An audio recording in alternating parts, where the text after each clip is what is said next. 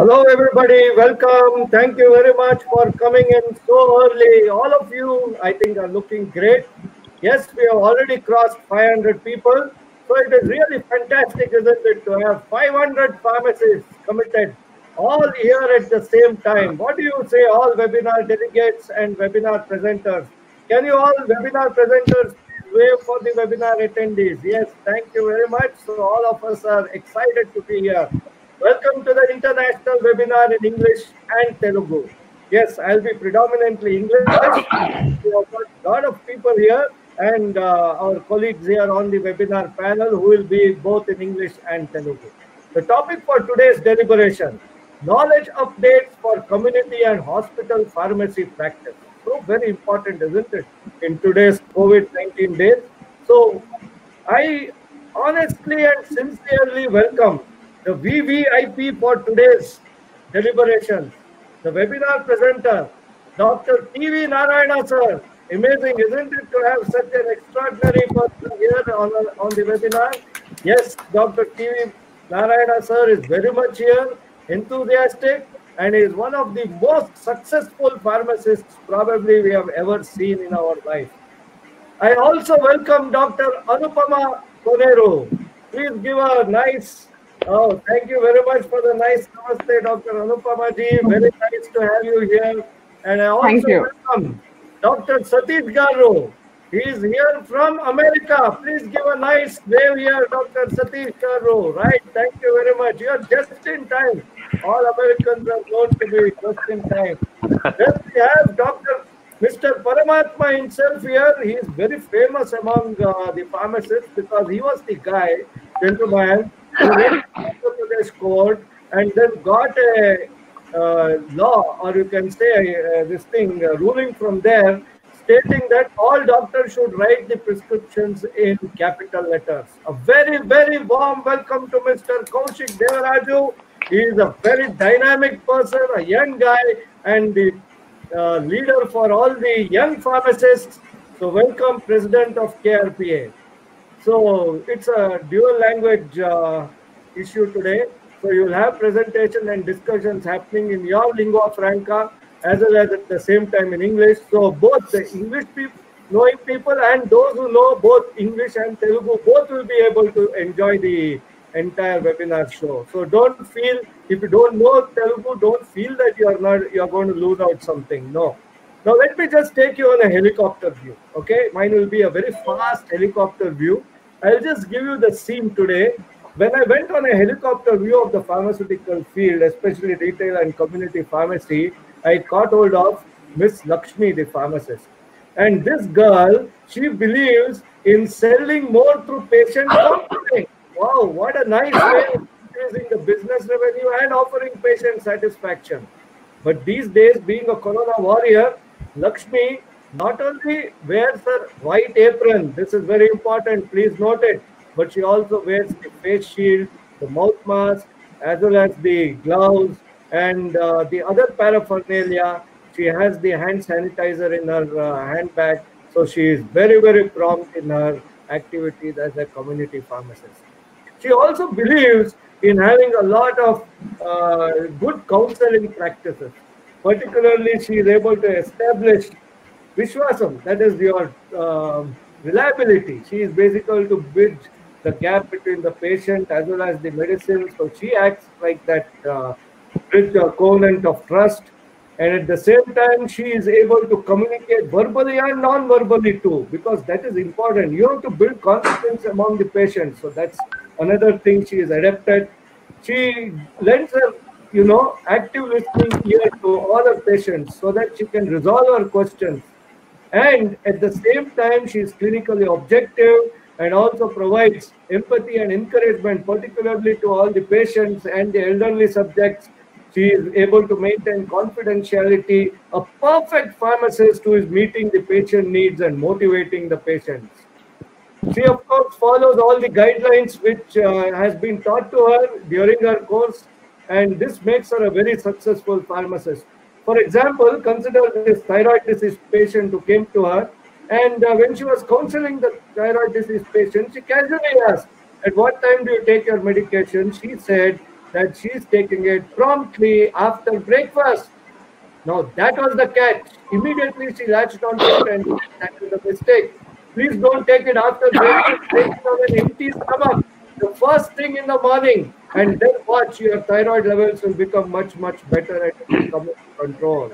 So, what an important aspect she also does is brown bag consultation. She asks all the medications which the patient is having to be brought to her in a brown bag, including the OTC medications.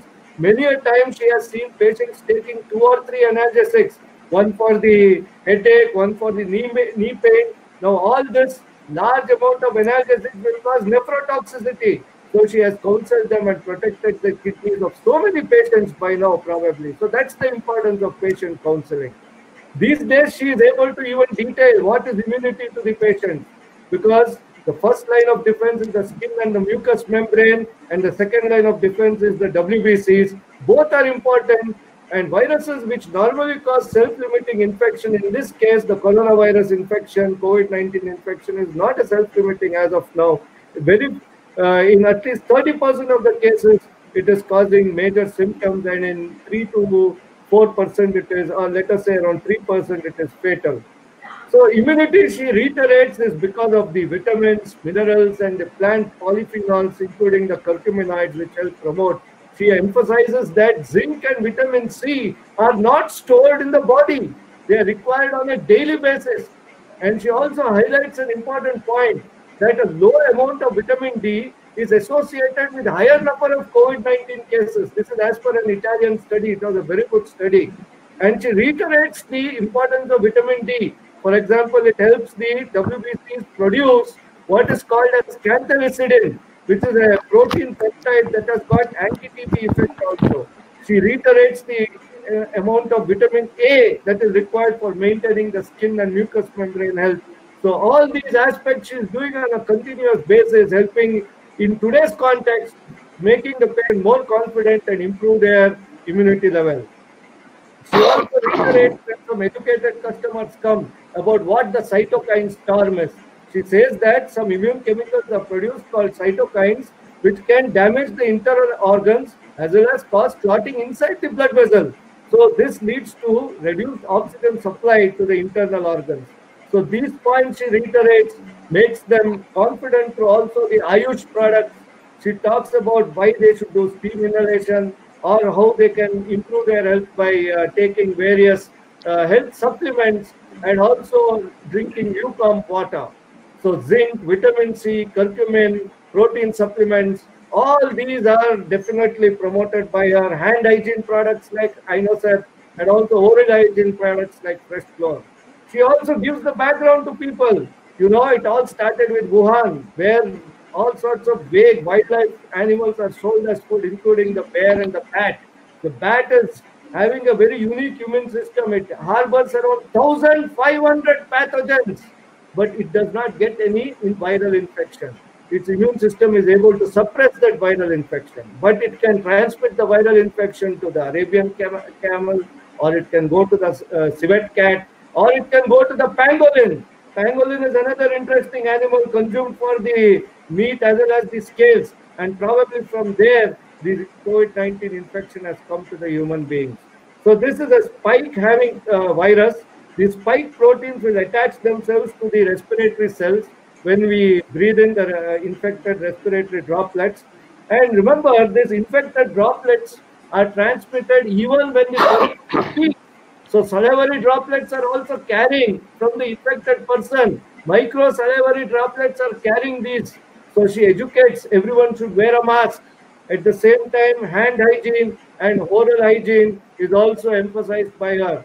A COVID-19 infection patients first experiences tiredness, fever, and high cough, but it may or may not be accompanied by cold symptoms as well as the runny nose, sore throat, and diarrhea. It's only the latter stage after 8 days that the lung involvement comes.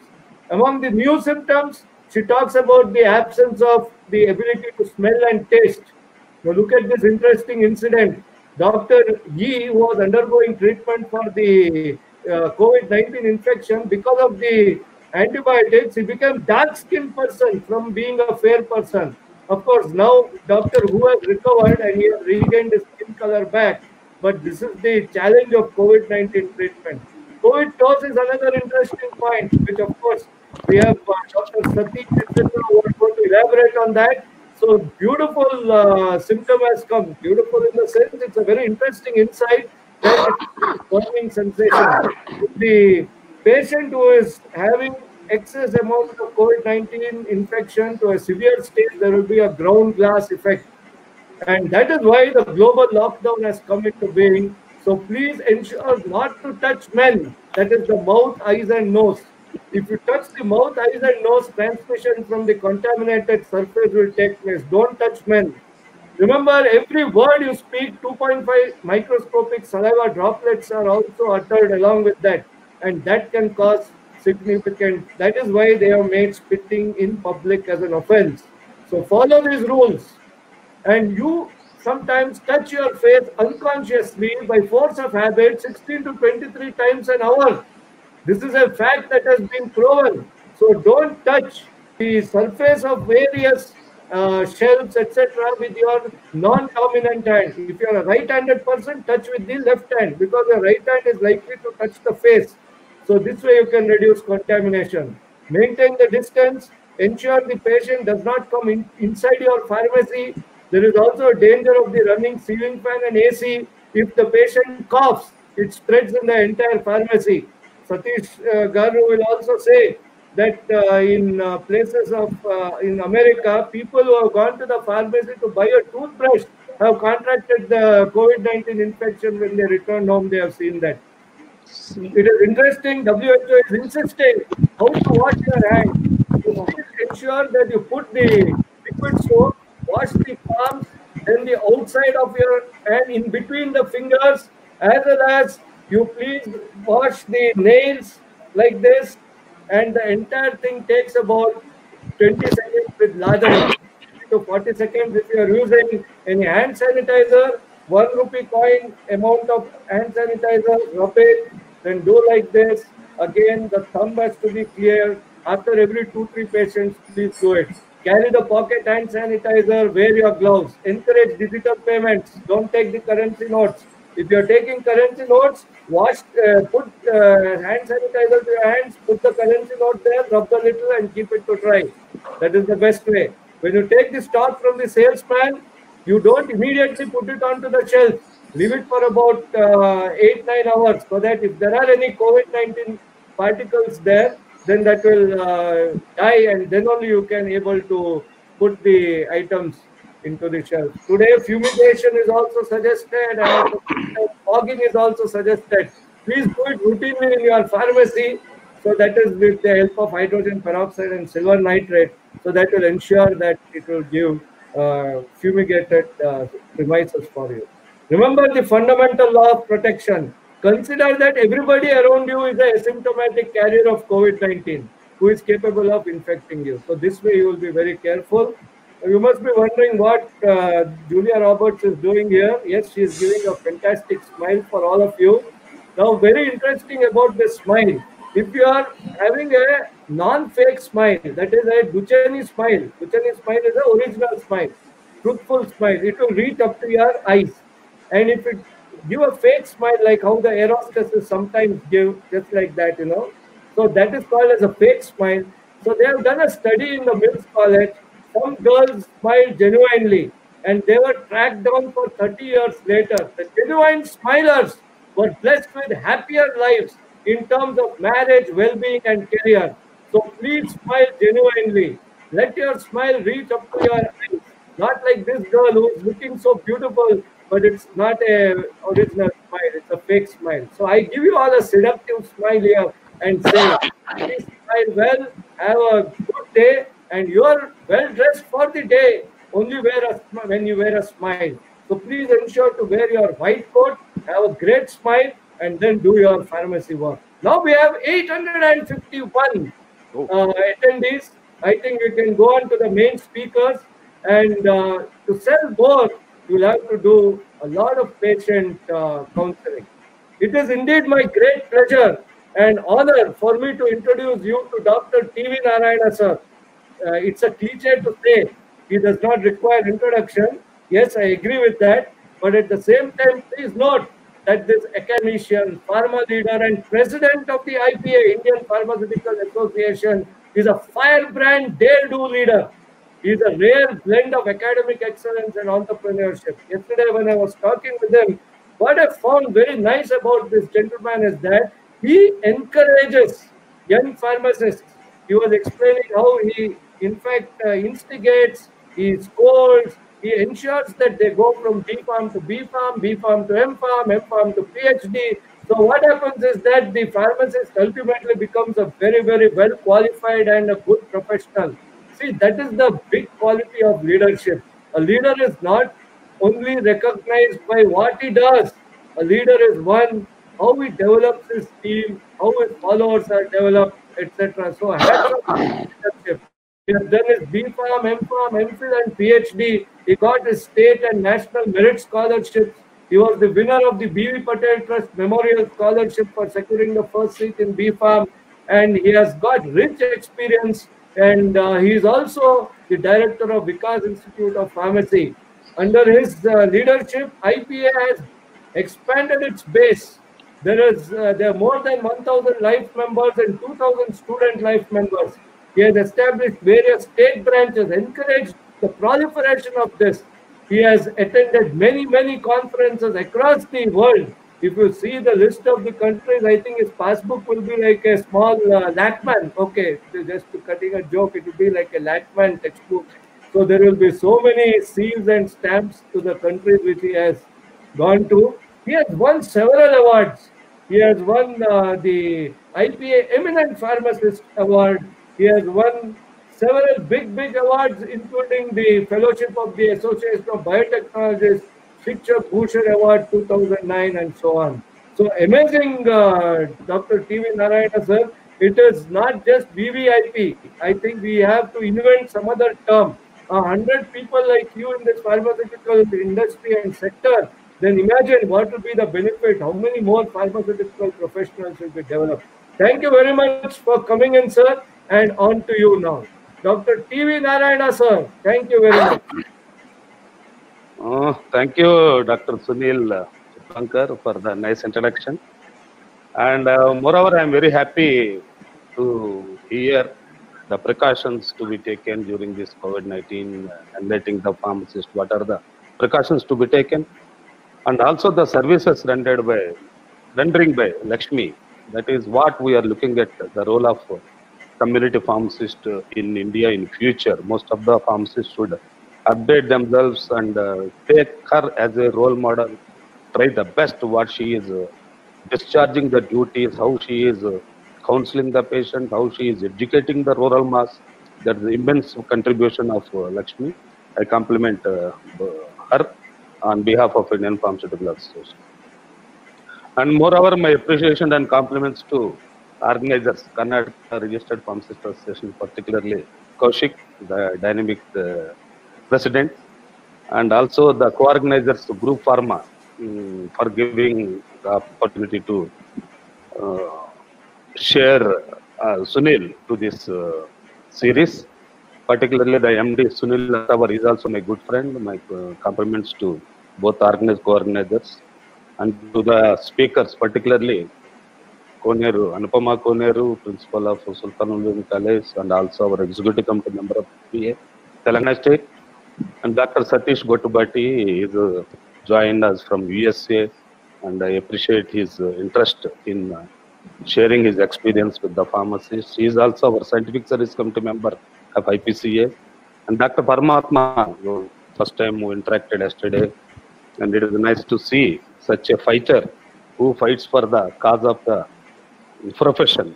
So with these speakers, and I feel it is, I feel privileged to say Karnataka is always in forefront in innovative activities and professional activities.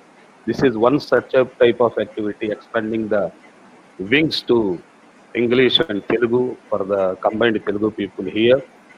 And this is unique activity to represent the registered pharmacist on knowledge updates for community and hospital pharmacy practice. That's what the speakers are going to deliberate here.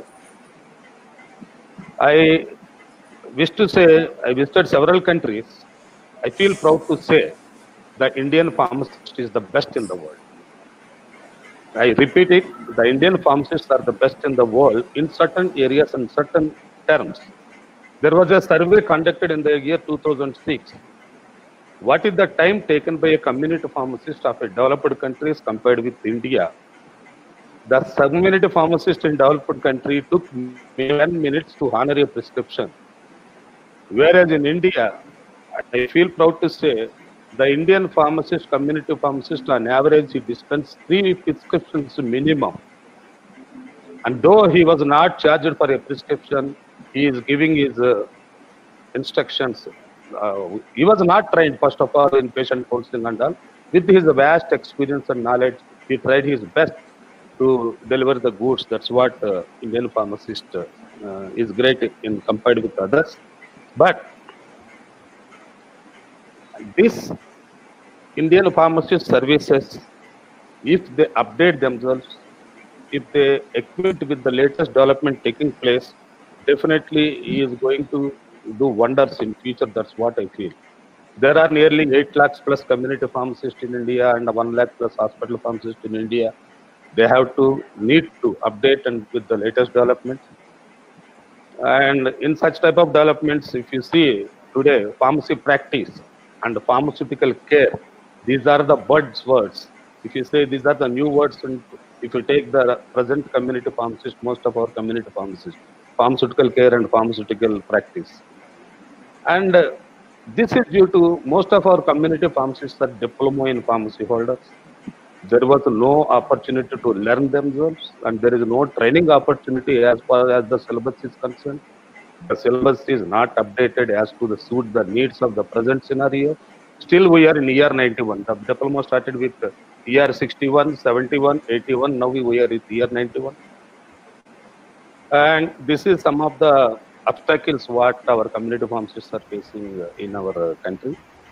And internationally, pharmacists are recognized for their expertise in practice area.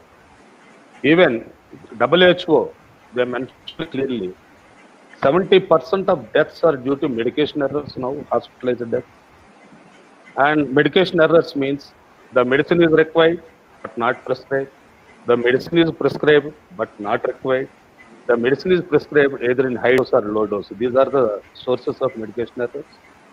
And intervention of the clinical pharmacist at this juncture reduced the deaths to 25%. That's what WHO says, the role and importance of the clinical pharmacists of future. And I'm very happy that Indian Pharmaceutical Association organizes webinars and training sessions to various pharmacists, registered pharmacists, Manjari Garat, Raj Vaidya, Adipu Ramesh. They are contributing immensely and giving training to the industries of like Pfizer, MSD, Hetero, Insignia, IMED services. They are contributing themselves. And IPA is doing wonderful job, and happy to collaborate with such type of activities. So today, the knowledge updates of hospital, community and hospital pharmacy practice. I want to give you a small presentation. Actually, yesterday I was not having idea of giving any PowerPoint, and after seeing others giving PowerPoint, I thought, let me give some insight. What is the present community pharmacy scenario in India? What are the changes? What are the updates we have to undergo? That's what I want to give a small presentation. That's what I feel. Learning is not compulsory. It is neither a survival. That's what Edward Deming said.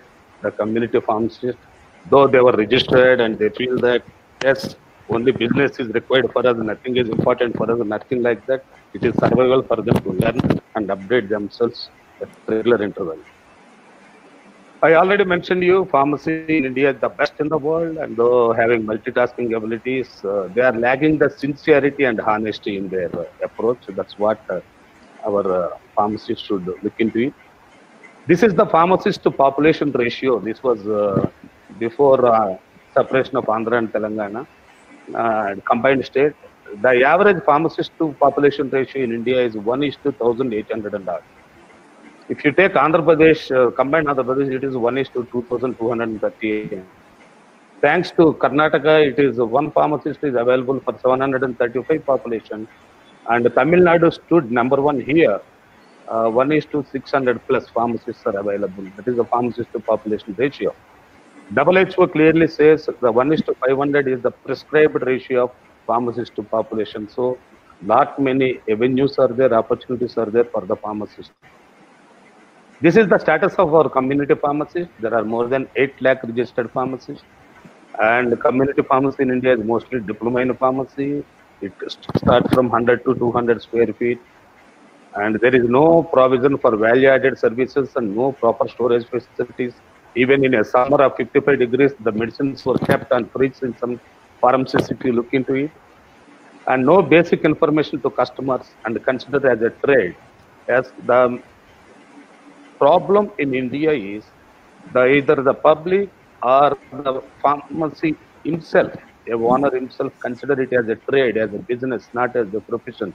That's why we were not recognized for the pharmacy services in our country. And there is no guidance on dosage compliance and harmful effects of self-medication. In the introduction, you briefed how Dr. Lakshmi is giving information to the pharmacy patients and by the counseling. That is lagging in most of the pharmacies. That is one major area we have to concentrate. That is the reason the pharmacists are not recognized by the government, either in Niti Aayog of the recent and Ayushman Bharati or in national health policy. And what are the challenges in community pharmacy? These are some of the challenges. The community pharmacy in public perception is very weak. He was not trained to suit the needs of the pharmacy practice area. 30% of population worldwide are deprived of essential medicines.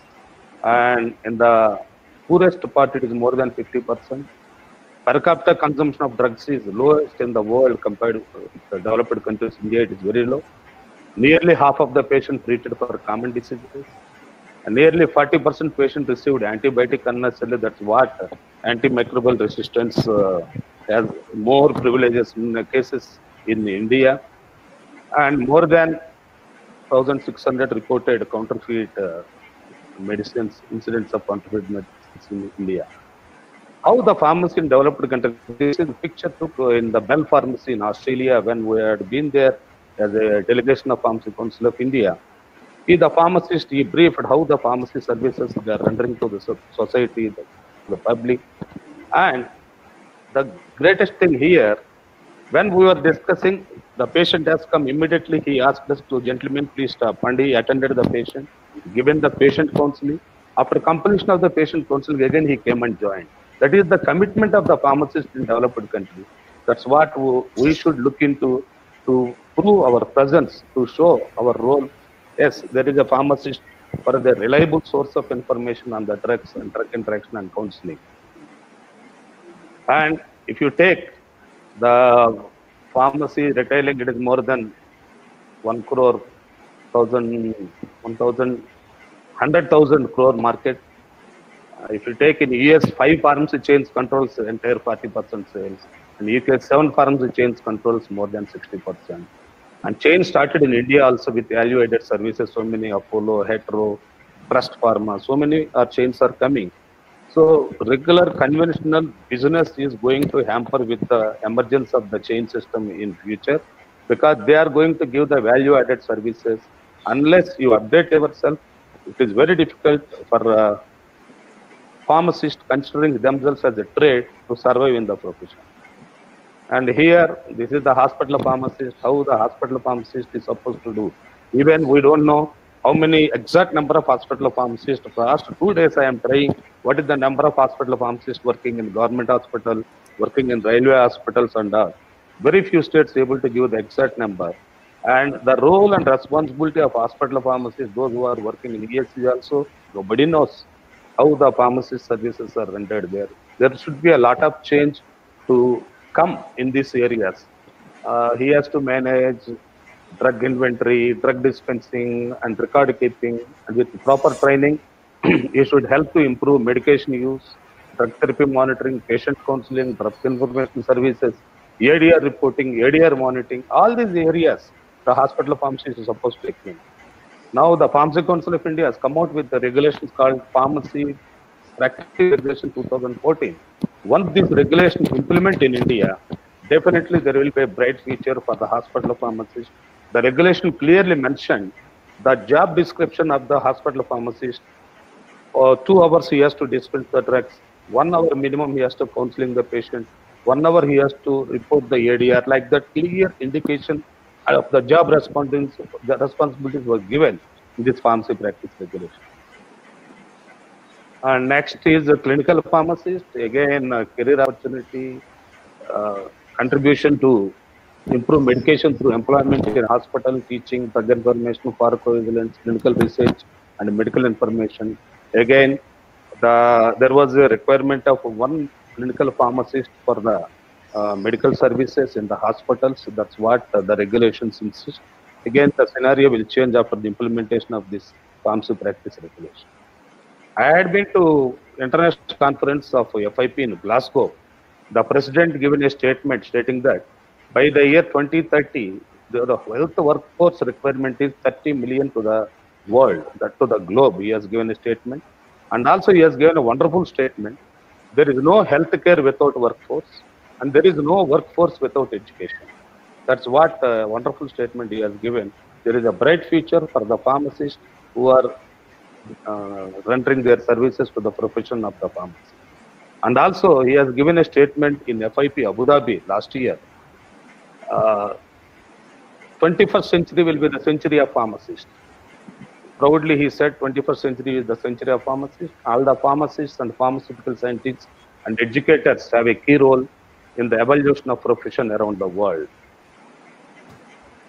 And also, these are the global challenges predicted by the WHO in the next decade. They identified 10 current threats to global health due to air pollution, climatic changes, influenza, AMR, and NCD, non-communicable diseases. Already we are experiencing the air pollution. It's what last year threat given by the WHO. And non-communicable diseases collectively responsible for 41 billion deaths, and 15 millions are dying prematurely every year at the age of 30 to 69 years. Over 85% premature deaths are in low and middle income countries. And the risk factors identified for these are pollution and physical inactivity, unhealthy diet, tobacco, alcohol, and these are some of the use given by the WHO. These are the global challenges, and pharmacist has a wide role to play in future. And compared, if you look at the identified current threats of the globe in future. What are the need of the hour? So we being pharmacy professionals have to transform into multifaceted, multi-talented individuals with competencies in variety of domains like clinical and scientific settings. And future, that's what scientists predict. There is the emergence of genomics and proteomics, which is going to change the concept of drug delivery. No one drug fits all. That's what the scientists predict. And the healthcare paradigm may shift towards the personalized medicines with gene therapy in future. The routine tablets, capsules, and all going to vanish, and personal gene therapy is going to come in the picture. So pharmacists should equip themselves with the latest development taking place. This is down the line in 5 years it is going to come. That is a personalized medicines as per the International Pharmaceutical Federation. These are some of the developments taking place. So our pharmacists should equip, attend seminars, webinars to themselves to fit into the needs of the future. And finally, we should see that every patient who walks in, the pharmacist must ensure that right medicine is provided at right dose and in most suitable formulation with required information. That is the part of patient counseling. That's what our pharmacist is supposed to do. And I suggest the community pharmacists with the qualification of B Pharma who are here, who are serving the profession, to upgrade the qualification and update. Pharmacy Council has introduced a program called B Pharm Practice. It is a 2 years program. Any pharmacist, after procuring 3 years of experience, he can work, he can continue this program or B Pharma Practice course It is a part-time course, and it is for working pharmacists, and the syllabus is entirely changed based on the needs of the current scenario on par with international standards. He was not trained, he will be not teaching on regular statistics, chemistry, analysis, and all these things. He will be trained in pathophysiology, what are the licensing requirements, and what are the inspection procedures, what is patient counseling, what is ADR reporting, only these areas. That is the wonderful program. It is a 2 years part-time program, and it is a student-friendly program with examinations also student-friendly. 40 marks the internal assessment and 60 marks final exam. That is the objective type simple exam. Then 50 is the pass mark. That's what I advise the students, community pharmacists, to upgrade themselves with the program called BPharm practice. So our vision 2025 must be, by 2025, the profession should be able to prove that pharmacists are important players in making a difference in a region or a country. With the dreams, vision, strategic planning, and efforts, let us make India a superpower. Already we proved that India is a superpower in manufacturing of pharmaceuticals. Let us make India a superpower in terms of pharmacy practice.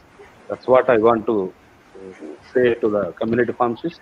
Thank you for giving me the opportunity, and thank you for giving me the opportunity for opening remarks and introducing and sharing my experience with the audience. Thank you. Thank you, Dr. TV Narayan garu. Telugulo cheppandi. We are looking for some words of wisdom in Telugu also. Kindly speak in Telugu a few words. Yeah, Telugu, definitely I can share my experience. I have come across చాలా మంది ఫార్మసిస్టుల తోటి combined states Andhra Telugu Andhra తెలంగాణలో I have so many students చాలా మంది ఉన్నారు. వాళ్ళందరికీ నేను చెప్పేది ఏంటంటే, మేక్ యూస్, మీకున్న రిసోర్సెస్ని ఉపయోగించుకోండి. Don't consider this as a trade. ఈ ఫార్మసీ అనేది వ్యాపారం కాదు, ఇదొక సర్వీస్ టు ద సొసైటీ. ఇప్పుడు చైన్ ఫార్మసీలు ఇవన్నీ కూడా going to bring lot of changes. ఇండివిజువల్గా ఫార్మసీ చేసేవాళ్ళు ఫ్యూచర్లో సర్వైవల్ చాలా కష్టం, అన్లెస్ మీరు లేటెస్ట్ అప్డేట్స్ ఇవ్వాలా. ఎవరైనా పేషెంట్ మీ షాపులోకి వచ్చినప్పుడు జస్ట్ ప్రిస్క్రిప్షన్ ఆనర్ చేయడమే కాదు, ఆ ప్రిస్క్రిప్షన్లో ఉన్న medicines, how to take use of medicines, ఎలా తీసుకోవాలి, ఏ ప్రికాషన్స్ తీసుకోవాలి, ఆ తర్వాత కౌన్సిలింగ్, వాళ్ళకి పేషెంట్ కౌన్సిలింగ్ చేయడం కానీ, జాగ్రత్తలు అన్నీ చెప్పడం. These are the value added services, we call value added services. Unless నువ్వు ఈ వాల్యూ యాడెడ్ సర్వీసెస్ ఇవ్వకపోతే they will go to the next pharmacy. You may be having, మనకు రొటీన్ కస్టమర్స్ ఉన్నారు, నో ప్రాబ్లం అనుకుంటాం. రొటీన్ కస్టమర్స్ ఆల్రెడీ ముసలోళ్ళు అయిపోయింటారు. ఇప్పుడు young generation is looking what is the best among the rest. వాళ్ళు ఏం చేస్తారు, definitely they will go to the place ఎక్కడ ఎక్కువ ఫెసిలిటీ దొరుకుతున్నాయి అక్కడికి వెళ్తుంటారు. So my sincere advice to you is update, latest updates, seminars, webinars attend చేయండి. And improvement programs, quality improvement, of course నా కంటిన్యూ ఎడ్యుకేషన్ ప్రోగ్రామ్స్ అటెండ్ చేయండి. మీ all India organization for chemist and druggist ద్వారా కూడా we are approaching to organize one monthly program to update yourself. And don't consider it as a trade, consider it as a profession. That is my sincere request, suggestion and advice to the pharmacists, to those who are serving the pharmacy profession in the state. Over to Sunil. Yes, super sir. Your words are like tonic. Although the word tonic is not a professional word, because there is only tonic and clonic seizures. We are not supposed to use it as an energizer word. But still I say, your words were very, very... Another one word I want to add. Yes, please. If you follow, మనం ఈ మంచి ప్రాక్టీస్లు అన్ని follow చేస్తే automatically money will come. Now pharmacist feel that I want money only, money is the criteria. Don't say that money is the criteria. Money is not the everything, it is only something. If you follow these good practices, definitely money will come automatically to you. ఫ్యూచర్లో we should be in a position to charge for the prescription. ఇంతవరకు మనం prescription charge అనేది ఎందుకు చేయలేకపోతున్నాం? Because of our inefficiency, not taking active role in promoting the profession. So this we have to come out. Then definitely society will recognize. ఈ రోజు మనం చూసాము COVID-19లో prime minister Modi first he has respected doctors, he has respected nurses, he has respected other paramedical staff. Pharmacist అనే word ఎక్కడ రాలేదు. 12 లక్షల మంది ఫార్మసిస్టులు మనం పనిచేస్తున్నాం COVID-19లో డాక్టర్స్ తో పాటు. More than 9 pharmacists were attacked, suffering with COVID-19 by serving during this crisis in Maharashtra. But pharmacist అనే వర్డ్ ప్రైమ్ మినిస్టర్ కానీ ఎవ్వరు కూడా ఉపయోగించలేదు. ఎందుకంటే మన సర్వీసెస్ సొసైటీకి ఉపయోగపడే విధంగా లేవు. మనం ఈ ట్రేడ్ అనే ఒక మార్క్ నుంచి ప్రొఫెషన్ అనే సర్వీస్కి వచ్చేదాకా nobody is going to recognize you. This is depending upon the community pharmacist, because more than 8 lakh community pharmacists. It is in your hand to give a good impact to the society. Yes, pharmacist there, he is giving a good service. Otherwise, nobody will recognize you and they will consider you as a trade only. Aa mask lonchi bayatiki randi. That's what I want to suggest to the.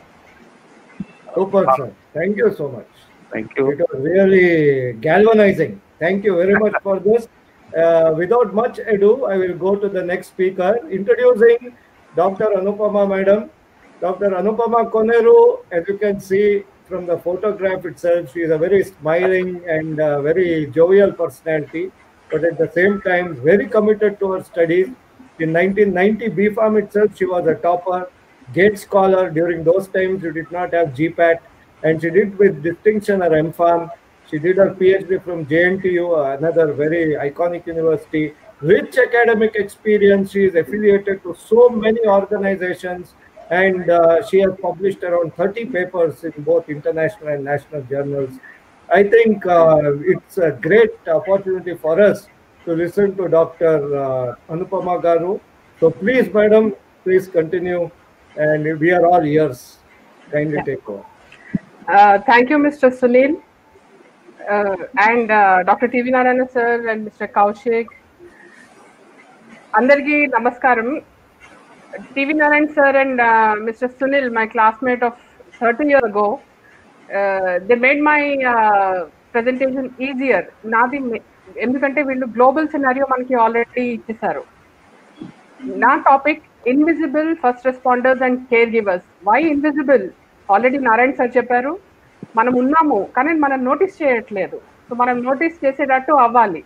So pharmacists, the invisible first responders and caregivers, they're interested with ensuring patient, staff, self and their own business safety during COVID-19 pandemic. ఎందుకంటే ఇక్కడ మనము వచ్చిన పేషెంట్కి మందులు ఇస్తున్నామా, మన staff బాగున్నారా అనేది చాలదు, మనం బాగున్నామా, ప్లస్ ఇంత సీరియస్ సిచ్యువేషన్లో హౌ ఇస్ అవర్ బిజినెస్ అనేది మనకి మేజర్ పాయింట్ ఆఫ్ కన్సర్న్ అయిపోతుంది. సో టీవీ నారాయణ సార్ చెప్పారు పెద్ద పెద్ద వాళ్ళు మనం రికగ్నైజ్ చేయట్లేదు అని. Yes, nobody has recognised us, our role in the country, but still there are few, I mean, who have given us, who have noticed us. Nitin Gadkari garu almost in the end of March 28th నాడే చెప్పారు, thank you pharmacists for protecting us and you are also our heroes అని. నేను representation ఇచ్చాను madam దానికి, నేనే తెప్పించాను అది. And thank you sir for that. ఎందుకంటే ఒక్కొక్కసారి ఏమవుతుంది అంటే unless some famous personality recognises you, you are non existent. You are not there for people to realize that you are there. Your presence is important. No, we went to Nagpur because the next IPC is in Nagpur, where Nitin Gadkari personal secretary is the LOC chairman. Then I asked, why don't you request your minister to issue a letter stating that the role and the services of pharmacists in the COVID-19? Immediately he has sent me that letter. So thank you for once again for that lead also, sir. Okay. And then see, everybody is in lockdown, spending time with families, but not pharmacists, because you have to be there. You have to be, without you there is no medication available, and without you or without us the fighting COVID is not possible. And ippudu ante mana presence acknowledge cheyakunna government is asking pharmacists to track down COVID-19 suspects. Ante manamu మన దగ్గర మీ దగ్గరికి వస్తున్న fever patients, cold కాఫ్తో వచ్చే patients అన్నీ కూడా report చేయమని. And అది community pharmacist aspect అయితే presence of the manufacturing pharmacist కూడా. Today India is 15% of the world supply of medications come, the drugs and formulations come from India. That is our presence today. And pre-independent, I mean, at the independence time, only 5% were produced in the country, whereas 95% our country was relying on the multinationals from outside the country. But the scenario has changed now. Indialo kavalsina medications, 85% are taken care of by our own manufacturers. So ఈ development already manufacturing side వచ్చింది. మనకి ఇప్పుడు development కావాల్సింది community pharmacist, మన local pharmacist కి. So in practising pharmacist industry side వదిలేస్తే మన దగ్గర 55% community pharmacist running in the medical stores privately, and 20% privately and in government, but 20% are attached to the hospitals, and approximately 0.5% are only the clinical pharmacists. So this scenario lo enta major important role abotundi for a community pharmacist to update himself or herself. So what are the problems faced by community? మనం అంటున్నాం community pharmacist ఇది నేర్చుకోవాలి అది నేర్చుకోవాలి అని. Yes నేర్చుకోవాలి, but at the same time ఏంటి problems మాది? First and foremost loss of business as the sales drop during Covid. But before Covid also మనకి భయంకరమైన అదర్ కాంపిటీషన్స్ ఉన్నాయి, వేరే chain pharmacies are there, online pharmacies వచ్చేసినాయి. వీటన్నిటిలో survive అవ్వాలి అని అంటే yes we have to struggle. So loss of business, దానికి తోడు కోవిడ్ యాడ్ అయింది, very no prescription stop. And మహా అయితే I think all of you will agree, all the community pharmacist, only old customers are coming back to you. And also the medicines, కావాల్సిన medicines ఒక prescription లో 5 వస్తే మీకు అందులో 2-3 దొరకవు, ఎందుకంటే the medical supplies have got grossly affected. And staff is a problem because there is no public transportation for your staff to come. And fear of exposure of staff to the virus in spite of precautions. మీరు అక్కడ sanitizers పెట్టుకోండి, చేతులు కడగండి, కానీ ఆ భయం అనేది ఏదైతే ఉంటుందో అది స్టిల్ లర్కింగ్. ఐ హోప్ పరమాత్మ గారు ఈ గ్రౌండ్ రియాలిటీస్ తోటి అగ్రీ చేస్తారు. నెక్స్ట్ ఏంటంటే the increased expenditure incurred in managing all these things, gloves, masks, sanitizers for the staff, and also some medical stores are giving it for patients also. And besides all this, also sanitization of premises is chala important. Already Mr. Sunil had mentioned this, that how you have to fumigate your premises time to time. And ఇది కాకుండా మనకి already business తక్కువైంది, and on that there is an additional work of reporting all details of the patients coming for OTC drugs with one or more COVID symptoms to the authorities. ఒకవేళ మనం report చేయలేదా, miss అయిందా, again there will be somebody watching you and warning us, you have not reported. So in COVID lo suddenly our role, the community pharmacist role, increased in helping the government to track the patients with COVID positive patients. And ivi kaakunda the other problems currently are suffocation with constant use of masks and gloves, and also the lack of availability of food. Meeru already stores ku vachesnaka intaku mundu chaala restaurants ikkada akkada unde pakkana, and the food was available for you, but now that is also an issue. So these are all the issues that are faced by the current community pharmacists. In the current scenario, the community pharmacists are facing problems ఉన్నాయి, but దానికి solution ఏంటి? Problem ఉన్నాయి అనుకుంటే అది ఎప్పటికీ తీరవు. So we have to search for the solutions, and these are tough times for everybody and every business. Then how do we do our best in protecting our businesses? Already Sunil గారు చెప్పారు, Narayana sir చెప్పారు, bringing in professionalism to our business is a must. ఉట్టిగా business లాగా చేద్దాము, ఒక trade లాగా చేద్దాము అని అంటే మాత్రం we cannot survive. ఈ కాంపిటీషన్ లో విత్ ఆన్లైన్ ఫార్మసీస్, ఇంతమంది ఫార్మసీలు, every lane has got 3-4 pharmacies. ఇటువంటి సిచ్యువేషన్ లో మనం సర్వైవ్ అవ్వాలి అంటే professionalism is important, and professionalism is knowing how to do it, when to do it, and when you know all this, doing it professionally is what is important. This is what is said by Frank Tiger. And how do we improve, or how do we bring in professionalism into our business? Is firstly improving communication skills, patient counseling, utilizing services of PharmD graduates and PharmD interns, and safety of all the staff, financial planning, and diet, exercise, and self-care of every community pharmacist. So let us see one by one. This also Mr. Sunil had mentioned, how do you communicate, how communication skills ante baga English మాట్లాడేద్దాము, పెద్ద పెద్ద words వాడేసేసి మాట్లాడదాము కాదు. మనము మన దగ్గరికి వచ్చే patients తోటి connect అయ్యేటట్టు, that is it can be a verbal language, అంటే వోకల్ గా మనం మాట్లాడుతున్నప్పుడు first thing you are a good speaker only when you are a good listener. So active listening is very important. Active listening అంటే when patient నాకు ఇది ఉంది అని చెప్పినప్పుడు మనము ఓవర్లుక్ చేసేసి జస్ట్ ప్రిస్క్రిప్షన్ ఇచ్చేసి అట్లా కాదు. What is he's trying to say and what they are not telling also, that should be understood. And we have to share with we have to take care of we have to listen with empathy. Empathy is when you place yourself in your patient situation and building a rapport ante urke మీ ఇంట్లో ఏమవుతుంది, మీ ఇంట్లో ఏం వండుతున్నారు ఇది కాదు. It allows the patients to feel comfortable with you. Just ask some questions, when are you suffering this, all those things. But so unless you build a rapport, that patient will not come back, or that customer will not come back to you again. And also, apart from this, verbal language is silence, that is provide the patient enough time to share their thoughts. Maname ladalada maatladesiste, the patient may not be able to share. So this is how we have to improve our communication skills. వాళ్ళు ఏం చెప్తున్నారో వినాలి, వాళ్ళు ఎట్లా బాధపడుతున్నారో అర్థం చేసుకోగలగాలి. అంటే ఇది ఎప్పుడు సాధ్యం కాదంటే మన దగ్గర 10 మంది కస్టమర్స్ ఒకేసారి వచ్చినప్పుడు ఎస్ మనం ఇది చేయలేము. బట్ 10 మంది మళ్ళీ రావాలంటే we have to start it somewhere. అండ్ వాళ్ళని ఎప్పుడైనా there are 2 types of questions, open ended and closed ended. Start with open ended questions, అంటే what are the symptoms you are currently experiencing. ఇట్లా క్లోజ్డ్ ఎండెడ్ ఏంటంటే తర్వాత once they tell us the symptoms, when we are asking ఈ pain ఉందా. Closed ended అంటే they'll say only yes or no.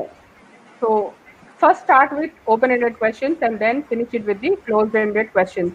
And we should not use the leading questions. నీకు ఇక్కడ నొప్పి వస్తున్నట్లుగా ఉందా, ఉంటది చూడు, ఈ టైప్ లో మనం మాట్లాడకూడదు. అంటే ఉంటది చూడు అంటే psychologically the patient will feel probably I have that symptom. So we should lead, our questions should not lead the patient to an answer.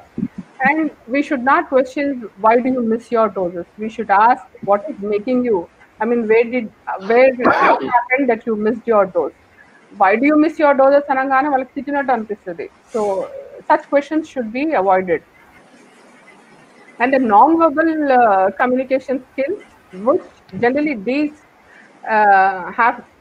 the community pharmacist should improve. The tone of the voice. A patient may speak in a tone that sounds encouraged, dejected, sad. వాళ్ళని చూసి మన టోన్ని మనము మార్చుకోవాలి. So we have to change our tone, seeing or observing. So this is a non-verbal communication. And choice of language, it should be simple, easy, and clear. It's not talking to our patient is not our continuous testing of our knowledge. నాకు వచ్చినంత చూపించేద్దాము అని కాదు. It should be simple, easy, and clear. And facial expression should be appropriate. As Mr. Sunil said, smile is very important. You are not dressed up until you wear a smile. So, and then eye contact, yes, you have to look into the patient's eyes and speak, but that doesn't mean that we stare into their faces and speak. So these are the non-verbal communication. Also we have to improve. See, the patient is not, you should think that the patient is not coming to a grocery store, he is coming to a pharmacy. So the person who is selling medicines should have a different way of approach rather than a salesperson in a grocery store. And the other things, body posture. When a patient when the community pharmacist or a hospital pharmacist is not dressed appropriately or not showing proper gestures, or the body posture is not straight, then it conveys that the community pharmacist himself is not very confident.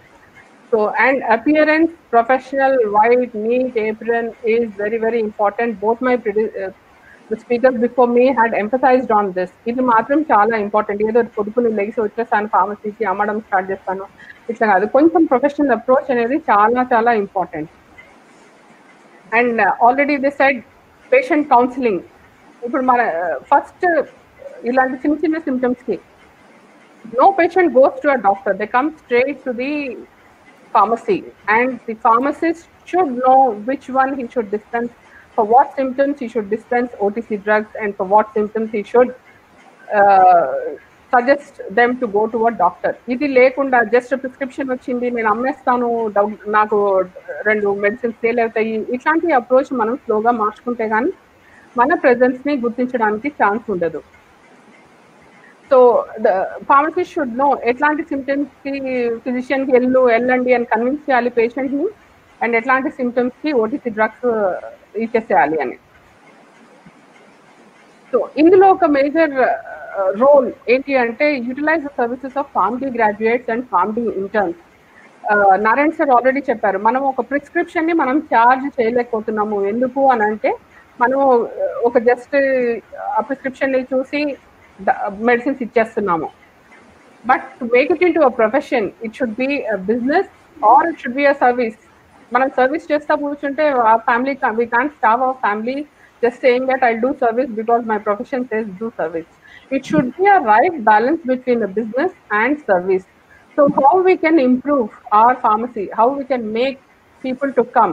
There are a lot of pharmacy graduates available who have completed or who are with a lot of hospital experience, rich hospital experience. Initially వాళ్ళని just service కోసమే తీసుకోండి అంటే say for a couple of months, see how it works. They will take care of doing such additional services free of cost for a while, because now they have to prove themselves, and the pharmacy also have to prove itself it is efficient. So health screening services, that is BP, blood sugar monitoring, patient education, drug information, and atlage communication skills, ivanni వీటన్నిటికీ మీకు readily available. ఇప్పుడు ఆ తర్వాత మీరే improve చేసుకోండి. But take the services of PharmD graduates and PharmD interns అంటే the 6th year లో ఉన్న PharmD students. And the next problem that the pharmacy is facing and how we have to, what is the solution? Gloves వేసుకుంటే continuously there is a sweaty hands in no time. Frequent use of hand sanitizers and frequent hand washes cause dryness of hands. ఇవన్నీ what a community pharmacist is facing.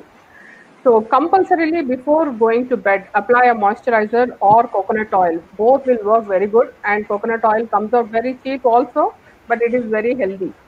And face masks on prolonged wearing leads to bad smell, sweat, and medium for microorganisms. Manam maatladedi already Sunil garu chair, when you speak when we speak with each of our words, how many microorganisms are coming into the air. What are coming into the air are just masks blocked by our own mask, and again we are breathing the same, and so it starts foul smelling. So avoid speaking as far as possible when the face mask is on, and use cotton reusable face mask, and at the end of the day should be soaked in soap water, washed and dried, and use it for the next day. And face shields and face masks and sanitizers ఒకటే రోజంతా వాడద్దు. Keep alternating them. ఒకదాని తర్వాత ఒకటి వాడతా day అంతా complete చేయండి. So ఒకటే continuous గా మాస్క్ వాడారు అంటే మీ mask is enough for you to catch other infections. Then fifth problem is business లేదు. So what can we do to save our business? Is the most important thing is the financial planning. First, study market picture carefully and place orders.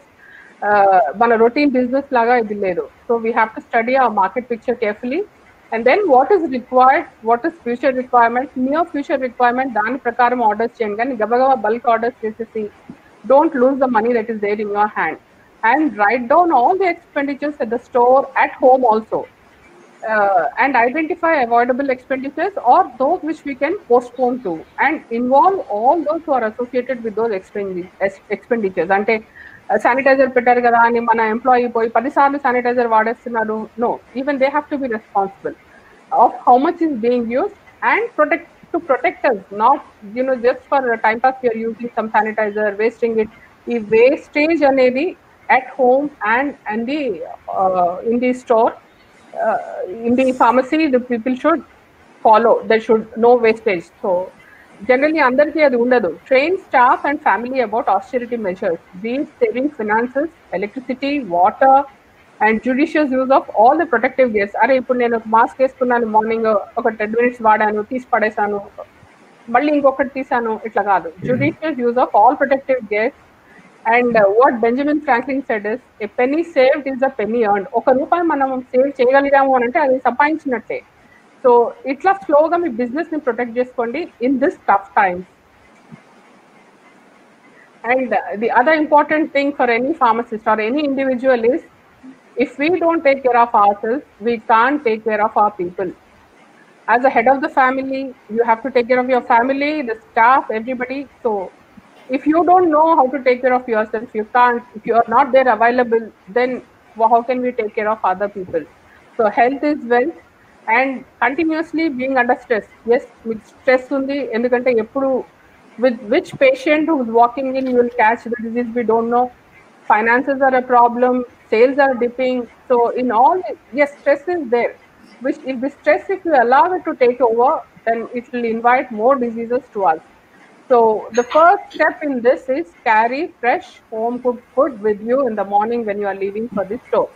మీరు వెళ్ళేటప్పుడే first thing in the morning రోజుకు సరిపడా food, simple, అంటే లావిష్గా ఏదో చేసేసి అట్లా కాదు, లేదా నిన్నటి లెఫ్ట్ ఓవర్స్ కాదు.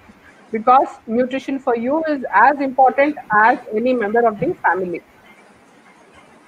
So in దీంట్లో, as I already said, ఏవో లావిష్గా ఇంపోర్టెడ్ వెజిటబుల్స్, ఫ్రూట్స్ అట్లా కాదు. మన local fruits, local vegetables we have to consume, and also focus on holistic wellness, that is avoid stress. Stress andarki untadi, problems andarki untadi. I mean, God doesn't leave anybody without any issue.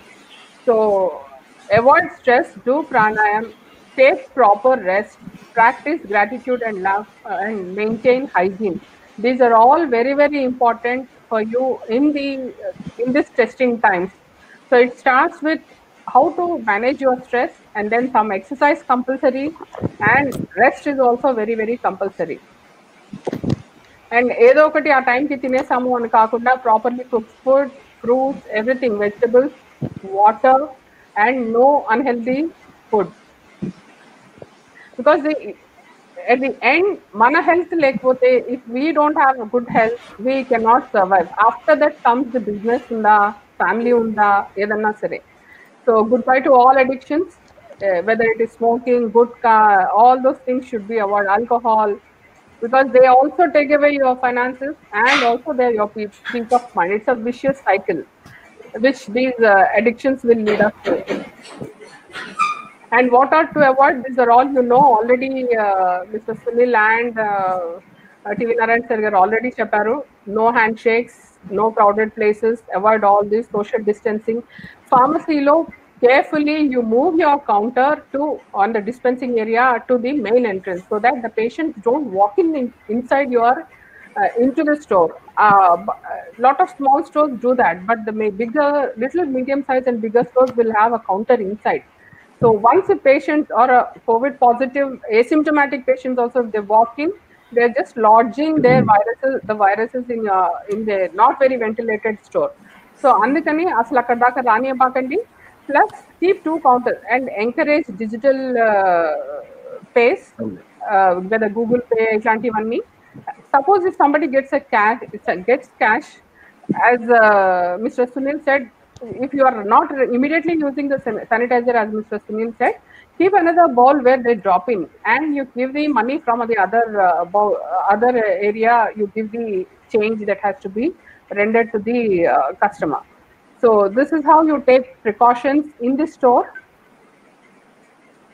And tough times don't last, but tough people do, as Mr. Gregory Peck said. Mana health, మన చేతిలో ఉన్న ప్రతి రూపాయి చాలా important ఈ testing times ని cross చేయడానికి. So I hope all of you take care of your self, and the difficult times are there for everybody. I hope you will come through this. And in this, I want to acknowledge Mr. Dinesh of Balaji Medicals, Banjara Hills, who has given me the input what the businesses are going through now. So with these inputs, I could suggest some solutions, and I thank Dr. T.V. Narayan Garu, who's always there. One word is enough, sir. Please come, let us do something together, or encourage us do something together. He's always there, and always there for everybody. That is the best part. Yesterday, sir was suggesting to Mr. Paramatma also that we will do some community pharmacist education in Nalgonda district, especially for the community pharmacists in the Nalgonda district. So, అట్లా ఎవరికి ఎక్కడ help ఏదన్నా కావాలి అన్నా కూడా Narayana sir first ఉంటారు. So thank you Narayana sir, thank you Sunil, Mr. Sunil for roping me into this webinar, and Mr. Kaushik Devraju, Mr. Paramatma Garu, and Dr. Satish, and thanks to all the audience for your patient listening. Thank you, one and all. Thank you very much, Dr. Anupama. You are a true pharma diva. You have really given good points based on primary research. Talking about research, how can we forget what all Dr. Satish, I think, is the most handsome dean in the world. So, Dr. Satish of Vignan Pharmacy College, Vadlamudi, just look at his 4-page biodata. You get, what do you say, thrilled with the admiration. After completing his B.Pharm, he did his MS in Industrial Pharmacy and Pharmaceutics at Long Island University. Now, all that is fine. But what stands out, is his work experience. He has done formulation development. He has developed a transdermal patch. He has worked on developing herbal formulations. Okay, that is fine. Then he went on, he joined a pharmacy chain where he has become a certified immunization pharmacist. And he has joined Coram Infusion Services, where he used to give some infusions also. So he has got manufacturing experience, education experience, research, formulation development. And in USA, he got the Best Pharmacist Award 3 times as the American Favorite Pharmacist. Now, you're our favorite guy. Welcome, Dr. Satish. Truly, it is, inspiring to have you here. And you're on. We are all ears. Please. Thank you. Thank you, Sunil. Thank you for the lovely introduction. I'm very happy to be participating in this webinar. At the very outset, I would like to thank Dr. T.V. Narayana sir, Mr. Kaushik, my co-speakers, Dr. Anupama ma'am, and Mr. Paramatma, and Sunil, and Mr. Sunil, and the Karnataka Registered Pharmacist Association for giving me this opportunity to share my views about coronavirus. The main reason I picked up this is there are a lot of myths what people are not able to process data in such a way that people are fighting. They're not fighting the virus, but what I see is a lot of times people are fighting the people who are carrying the virus. So, and there is a stigma, for some reason it is attached to this particular disease, COVID-19. So I would like to clear away all those doubts by talking more about the technical aspects, because my co-speakers have mentioned a lot about the art of counseling. Dr. Anupama ma'am has insisted on different types of counseling methods, verbal, non-verbal. So I would like to stick to the main clinical part. And let me start my presentation. And right now I'm still in the US, so I have seen a variety of cases in US. Working day in, day out. So I think because of the millions of cases here, it exhibited a variety of symptoms which it did not expect which it did not show in other countries. So my topic today is coronavirus, COVID-19 and mankind 2020, because I think it is really a war between corona and human race altogether. Because we see a lot of people, dying because of this coronavirus disease. So this is just a pandemic at a glance as of yesterday around the world. What is happening? If you see at the top 10 or top 15 countries, India is in 12th position with the number of cases, America being the top with about 1.45 million cases that have been diagnosed, and about 86,000 deaths so far in this country. And India is also climbing its ladder. It started with about 700 cases like a few months ago. Now it is at 81,000 cases, with around 2,649 deaths. See, we are losing a lot of people day in, day out, and it is not like people have to die, and it is not like everybody who gets this virus is going to die. So I'm going to speak about a little bit what is COVID-19. It is a disease. Everybody knows it is caused by SARS-CoV-2 virus. Actually, coronaviruses are a group of viruses. They did not come like just overnight. They are there in the world for, I think, more than 100 years. And a couple of these viruses caused like SARS, severe acute respiratory syndrome, or MERS, Middle East Respiratory Syndrome in 2012. And this same virus, the same virus in the same family, has mutated into a very deadly virus called just the coronavirus, which we are calling the novel coronavirus 2019. And symptoms of the COVID-19, everybody knows the symptoms. What people are experiencing have been changing, because initially it started with a dry cough, a fever, usually 101 degrees or more for more than 3 days is the main classic symptom, with shortness of breath. And usually the symptoms appear between 2 to 14 days. And now some studies are also saying that the symptoms can also be experienced even after 21 days after the exposure. And we have so many updates as per time frame. I mean, on March 10th, again, this is one research on internal medicine said that the incubation period is estimated to be about 5 days. Almost 98% people have shown the symptoms within 12 days. And on April 14th, a new study suggests that losing your sense of smell and taste is an early sign of COVID-19. So, which a lot of people in America are experiencing these symptoms at the very outset of the disease.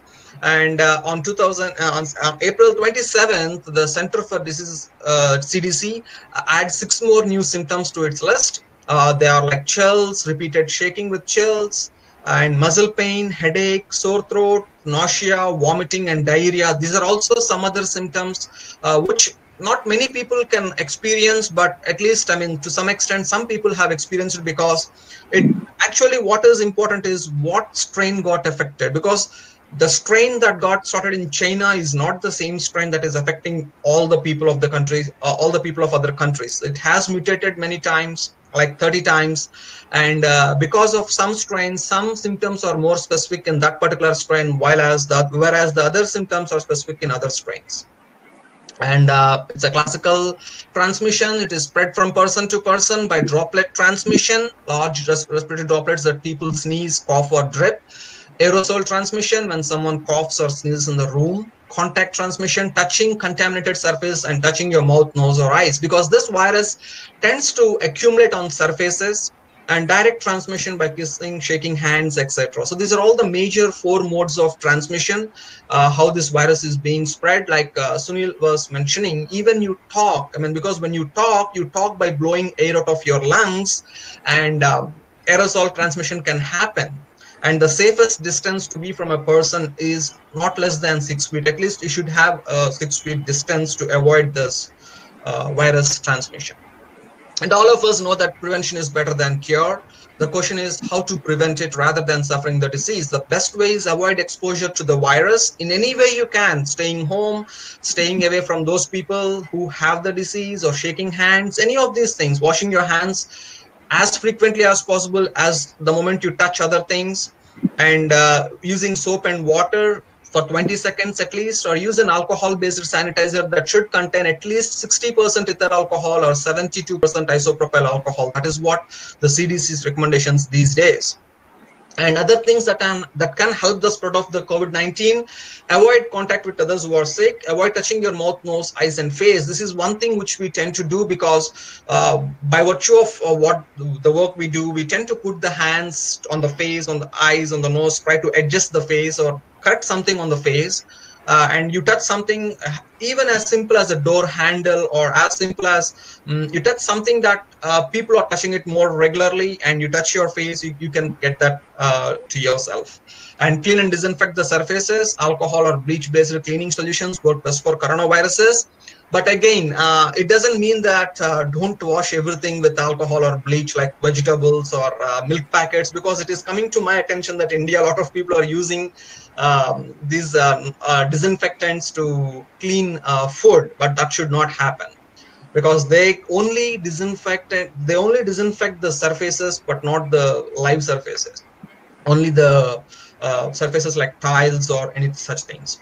And face masks will not protect you. Remember this, everybody thinks that wearing a face mask and a gloves is going to protect you.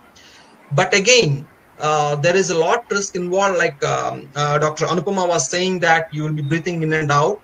A face mask will only prevent spread of the virus outside, because when you inhale, you're inhaling back in again because you're protecting your nose.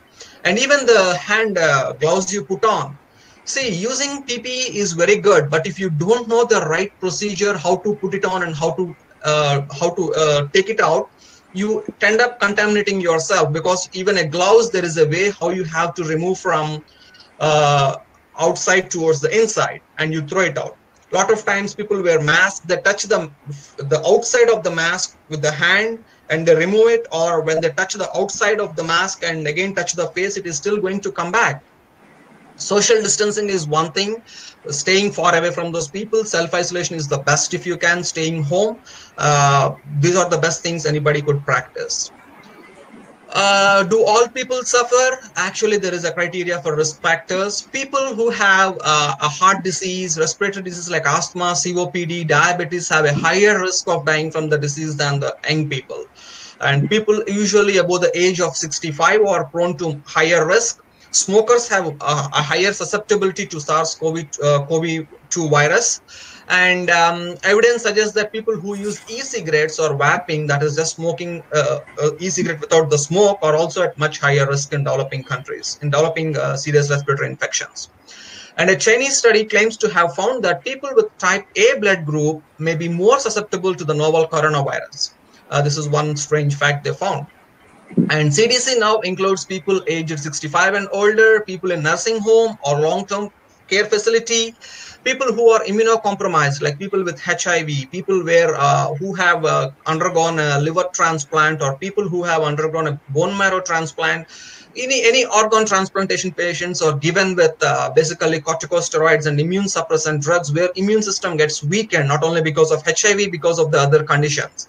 And these people are at higher risk for severe illness. People with poorly controlled HIV or AIDS, again, serious illness. People with severe obesity, BMI of greater than 40, there is a higher risk for the disease. People suffering with chronic kidney disease and people undergoing dialysis have a risk of this disease. People with liver diseases. And because this disease, coronavirus, the novel COVID-19, is affecting multi-organs. It is not just the blood or just the cells. And the latest finding is young children below 5 years of age. This is a novel finding which was found out that they are also getting affected, and it is very severe in those people, because some of the kids died in New York because of the COVID-19 exposure. So these are the latest findings. Coronavirus can cause blood clots, because the reason for the blood clot is it causes a storm of cytokines, which Mr. Sunil has mentioned it earlier from the presentation. It also causes multi-system organ failure, heart, liver, kidney, because people with these problems, the virus, because it is a multi-organ failure, eventually people with these comorbidities has the highest risk of death from this disease. It might cause children's immune system to overreact. Like one of the most frightening syndromes I was talking linked as pediatric multisystem inflammatory syndrome. It's called PMIS. And this is a characteristic by persistent fever, inflammation, poor function in one or more organs. In some cases, children present with shock and have some features of Kawasaki disease. See, what happens in Kawasaki disease is the walls of the medium-sized arteries inflame so much, and thereby the blood supply to major organs is hampered. The blood will not reach, so people have very fast symptoms of shortness of breath, and people can even end up with a heart failure because of lack of blood reaching the heart. And there is also evidence that the virus doesn't generate a strong immune response. Normally, any infection people get, the moment they're exposed to a virus or bacteria, eventually they tend to develop some sort of immunity. But now it was found out that this particular virus is going to completely suppress the immune system, and that gives a direct access for the virus to attack more organs without having any resistance from the body. And the cytokine storm, which I have already mentioned, will cause a lot of lung damage, and unusual blood clotting is seen in adult patients.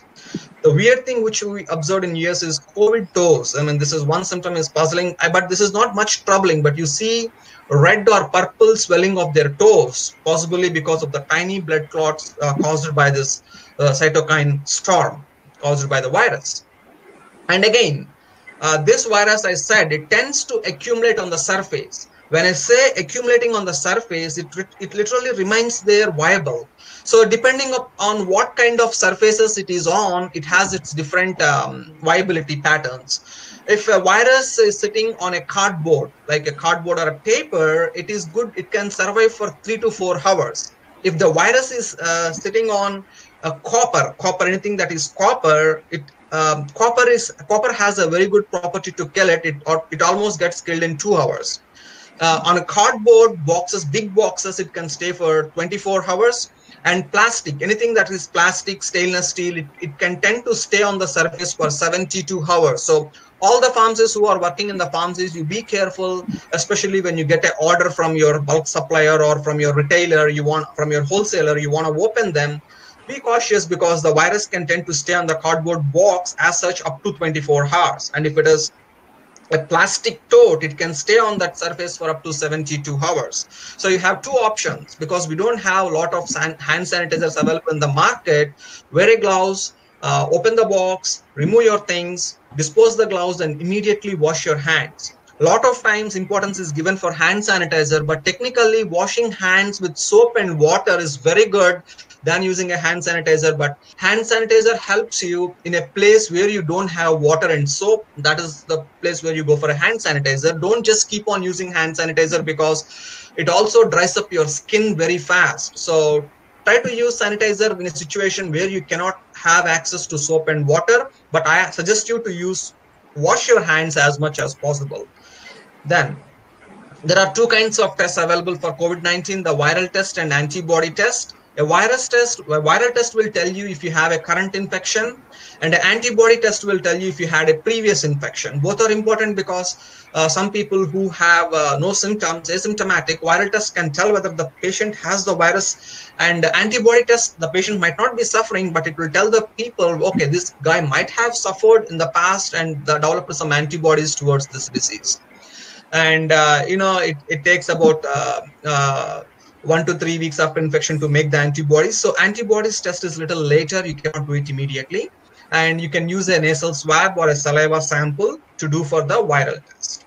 And apart from that, one recent advancement I would like to share with you was the clinical pharmacists, the community pharmacists in US are helping CDC and other government agencies and hospitals do the coronavirus test.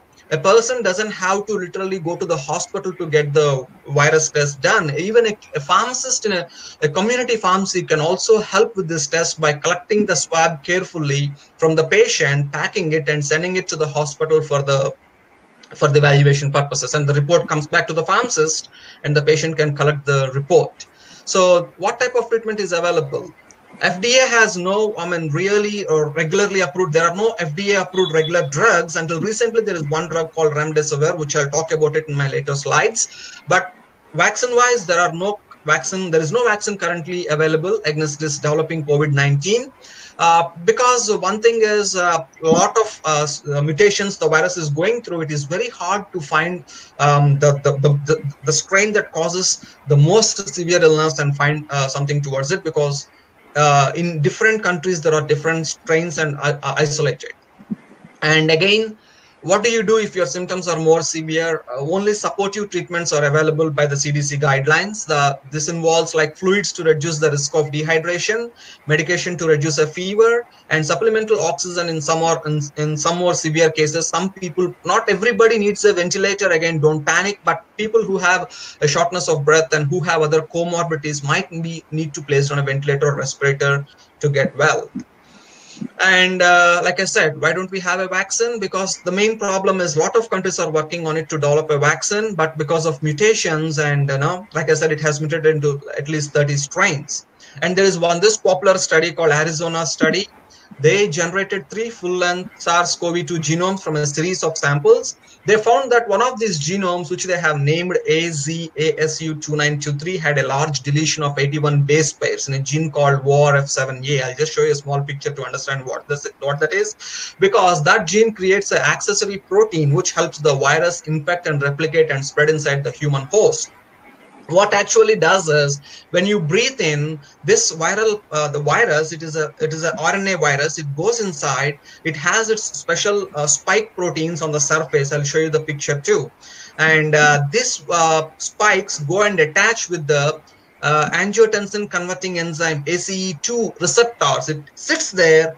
It gets access into the cell wall by the process of endocytosis. It goes in. It takes control of the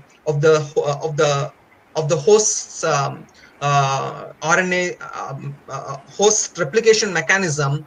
It introduces its RNA into the host cell and lets the cell prepare all its proteins.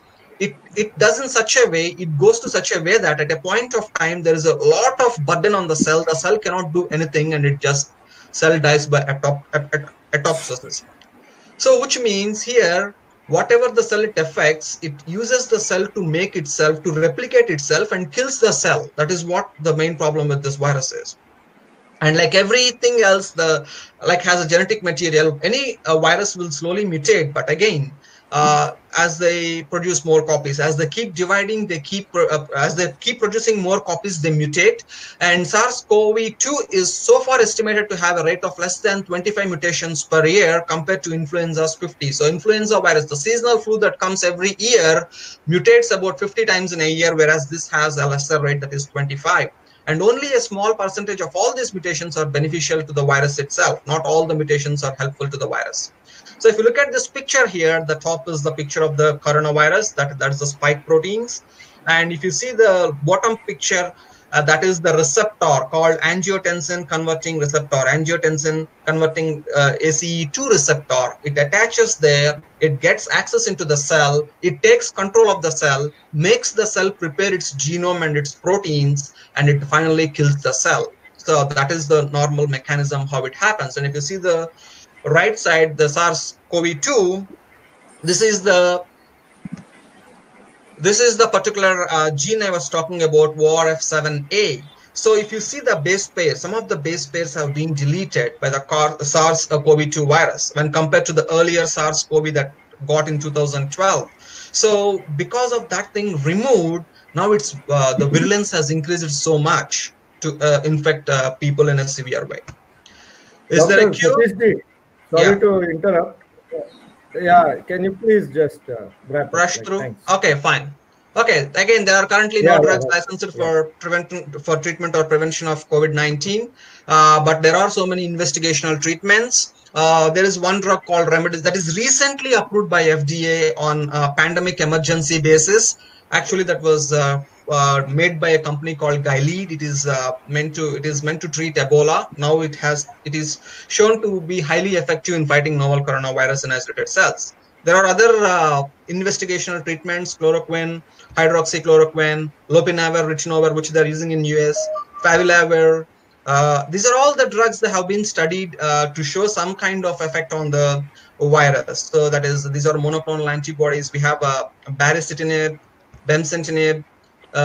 This is the monoclonal antibody I was talking about, bevacizumab, colchicine, favipiravir, fingolimod. All these drugs that have been working across the world, ivermectin, hydroxychloroquine, and azithromycin. Okay, so these are all the various investigational drugs that have been worked across the world to show its activity. And this is one thing which I would like to address, COVID-19, that is the immunoglobulin, that is the convalescent plasma. So they take the person who recovered from this virus, they take the plasma and they concentrate that, and they're trying to infuse into more severe patients. But technically, this is not approved by FDA or World Health Organization. And there was recently a death in our country with this kind of treatment. And this is the latest drug, Remdesivir. It was approved by FDA on May 1st, which is going to help a lot of people, especially who are severely ill. And can Indian people get this new drug? Yes, because the Gilead has signed a licensing agreement with Cipla, Hetero, Jubilant, and Mylan to manufacture for distribution in 127 countries. Probably in a couple of weeks, I would say, we are going to get this drug in Indian market too, because they have given all the rights to receive the technology transfer, and it is best of thing they've given it for free because of the pandemic situation across the world. And these are the references I used. And one thing I would like to suggest you, wherever you are, stay safe, stay home. I just come out if it is, don't try to just walk out on the streets because you want to get out. It's boring in the home. Just come out for your essentials, and let's fight together to, protect the mankind from COVID-19 and stay in good spirits, top of it. And thank you very much for your patient listening. Super. Dr. Satish Garu, I should say you are at a very young age. Your scholarship is inspiring, astonishing, and it is going to inspire all the webinar attendees how they can scale up, like which is the next level. Thank you very, very much. You have taken time. It's a hard time there in US, but still because of your love, you have come here. Thanks a lot here. Thanks a lot. It's deeply appreciated. Thank you. And we now move to Mr. Paramatma Ji. See, Paramatma Ji is a very, very interesting profile, I will tell you. Amazing guy. I should say he is a firebrand personality. And when you listen to him, you will see conviction in his voice. And it is what is expected from every pharmacist. This gentleman, who is a D.Pharm, has done his BA and LLB also. And hold your breath, even now at National Law School, University of India, he is pursuing a distance education course, postgraduate diploma in medical ethics. Hats off to you. That is the role model aspect which we are seeing in you. He is there in the Nalgonda District Drug Advisory Committee. He is a very active in community pharmacist, and he is the person who campaigned in the, for the Andhra Pradesh High Court and got a judgment directing doctors to write their prescription only in capital letters. And he has got the retail pharmacist supply of solar power at 80% subsidy. He is a special invitee to engage community pharmacists in Pharmacovigilance Program of India. And he is also acted as office bearer in the Nalgonda Chemists and Druggists Association. Look at the beautiful awards he has received for his committed activities. Best Pharmacist Award from Central Government, Community Pharmacist Award at Pune in 2015, Pharmacy Ratna Award at Jwalamukhi, Seva Bharati Award, and Ramurthy Pantalu Seva Ranga Puraskaram Award. Amazing, amazing. Paramatma sir, really seeing your resume itself is so inspiring. We are just waiting to hear your words to get inspired further. Over to Paramatma sir. Thank you, sir. Thank you very much, sir. Telangana, Andhra, Mariu, భారతదేశ వ్యాప్తంగా ఉన్న తెలుగు ఫార్మసిస్టుల కొరకు నేను ఈరోజు నాకు ఈ అవకాశం ఇచ్చిన కర్ణాటక ఫార్మసిస్ట్ అసోసియేషన్ వారికి మరియు ఐపీఏ ప్రెసిడెంట్ టీవీ నారాయణ సార్కి మరియు నన్ను ఇంట్రడ్యూస్ చేసిన అనుపమ మేడం గారికి, సునీల్ సార్ గారికి మరియు సతీష్ గారికి, కౌశిక్ గారికి అందరికీ నా ధన్యవాదాలు. అలాగే ప్రస్తుత ఈ కోవిడ్-19 పరిణామంలో తెలంగాణ, ఆంధ్రప్రదేశ్ రాష్ట్ర వ్యాప్తంగా ఉన్న రిటైల్ కెమిస్టులు మరియు ఫార్మసిస్టులు నిత్యం ఎంతో ఇబ్బందితో, అంటే ప్రతినిత్యం ఎంతో ఇబ్బంది ఉన్నప్పటికీ కూడా సర్వీస్ చేయడానికి ఏమాత్రం వెనకాడకుండా చేస్తున్నందుకు వారికి ఈ వెబినార్ తరఫున నేను ప్రత్యేక ధన్యవాదాలు తెలుపుతున్నా. ఎందుకంటే ఈ కోవిడ్-19 ఎంత ఇబ్బందికరమైందో మనందరికీ తెలుసు. ఇబ్బందికరమైందని తెలిసినప్పటికీ కూడా ఎవ్వరు ఇంట్లో నుంచి బయటకు రాకపోయినప్పటికీ కూడా వారి యొక్క సమాజ శ్రేయస్సు కొరకు వారి బాధ్యతని గుర్తించి ప్రజలకు సేవ చేయాలనే ప్రత్యేక దృక్పథంతో బయటికి వచ్చి వారి దుకాణాల నుంచి వారు ప్రజలకు సేవలు అందిస్తున్నారు. ఎందుకంటే ఇది సేవలో భాగం కాబట్టి ఖచ్చితంగా చేయాల్సిన విధి వాళ్ళు నిర్వర్తిస్తున్నందుకు వారికి మనం ఎంతైనా ధన్యవాదాలు తెలిపాల్సిన అవసరం ఉంది. అలాగే ఇప్పుడున్న ఈ తరుణంలో కెమిస్టులు కూడా కొంత ఇబ్బందులు అవుతున్న సందర్భం వచ్చింది. ఎందుకంటే ఒకప్పటికి ఇప్పటికీ ఫార్మసీ రంగం చాలా మార్పులు చేసుకుంటుంది. నేను 1988లో నేను రిటైల్ ఫార్మసీ రంగంలోకి వచ్చాను. అంటే సుమారుగా 32 సంవత్సరాల నుంచి ఈ రంగంలో నేను ఫార్మసిస్ట్గా కొనసాగుతూ ప్రజలకు సేవ చేస్తున్నాను. అయితే 30 సంవత్సరాల కింద నా సిస్టమ్కి ఇప్పటి సిస్టమ్కి చాలా వ్యత్యాసం వచ్చింది. ఈ విషయాన్ని మన ఫార్మసిస్టులు ప్రత్యేకంగా గుర్తించాల్సిన అవసరం ఎంతైనా ఉంది. ఎందుకంటే పూర్వకాలంలో రోగం చెప్పి మందులు అడిగేవారు మన రిటైల్ కెమిస్ట్ దగ్గరికి వచ్చి. అంటే జ్వరం వచ్చింది, దగ్గుంది, కొంచెం వామిటింగ్స్ అవుతున్నాయి, తలనొప్పిగా ఉంది అన్నట్టు వచ్చి వాళ్ళు అడిగేవారు. ఇప్పుడున్న తరుణంలో వాళ్ళు మందుల పేర్లు చెప్పి వాళ్ళే అడుగుతున్నారు. అంటే కాల్పాల్ కావాలి, లేకపోతే క్రోసిన్, లేకపోతే పారాస్టమాల్ కావాలని వాళ్ళు అడుగుతున్నారు. అంటే మన సిస్టమ్ మారిపోతున్నప్పుడు మనం కూడా ఫార్మసిస్ట్ ఏమైనా మనం కూడా మారాలి, అంటే అప్డేట్ కావాల్సిన అవసరం ఎంతైనా ఉంది. కాబట్టి మనం ప్రతిసారి అంటే ఎవరైనా ఇట్లా ప్రభుత్వం నుంచి వస్తున్న వాటిని మనం ఇబ్బందులు ఎదుర్కొంటూ అప్డేట్ అవుతూ సేవ్ చేయాల్సిన అవసరంలో అప్డేట్ కావడంలో ఏమైనా వెనకంజ వేసినట్టయితే మనం కూడా అంటే సమాజంలో వెనకబడిపోయి వ్యాపార సేవా రంగంలో ఇంకొంచెం వెనకొచ్చే అవకాశం ఉన్న దృష్ట్యా ప్రతి ఫార్మసిస్ట్ ఈ విషయాన్ని గుర్తించి ఖచ్చితంగా మన సేవని ఇంకొంచెం ఎక్కువ సేవ అందిస్తూ పబ్లిక్కి మెరుగైన సేవలు అందించాలి. అలాగే ఈ కోవిడ్-19 దృష్ట్యా మన అనుపమ మేడం గారు, టీవీ నారాయణ సార్, నిజానికి నేను కూడా చాలా ఇబ్బంది పడినా. ఎందుకంటే ప్రైమ్ మినిస్టర్ గారు స్పీచ్లో ఒక్క స్పీచ్లో కూడా పారామెడికల్ స్టాఫ్ అని చెప్పారు, కానీ ఎక్కడ కూడా మన ఫార్మసిస్ట్ల పేరే రాలేదు. ఎక్కడ రాలేదు. ఈవెన్ మన మినిస్టర్స్, సీఎం కూడా ఎవరు కూడా మన ఫార్మసిస్ట్ల పేరు ఉచ్చరించలేదు. అది మరీ ఇబ్బందికరం అయినప్పటికీ కూడా టీవీ నారాయణ సార్ గారి ఆధ్వర్యంలో సెంట్రల్ మినిస్టర్ గారికి వారు కమ్యూనికేట్ చేయడం, వారు కూడా సరే అప్రిషియేట్ చేసిరు. సో అయినప్పటికీ కూడా ఫస్ట్ లైన్ లో ఉండాల్సినటువంటి ఫార్మసిస్ట్ సెకండ్ థర్డ్ లైన్ అసలు లైన్ లో లేకుండా పోయిండు. అంటే డాక్టర్ నెక్స్ట్ ప్లేస్ నర్స్ వచ్చారు, కానీ ఫార్మసిస్ట్ ఎక్కడ రాలేదు. ఎట్లాంటి రోగమైనా కానీ, ఎంత పెద్ద డాక్టర్ అయినా కానీ, ఎన్ని టెస్టులు చేసినప్పటికీ కూడా పూర్తి స్థాయి రోగం తగ్గేది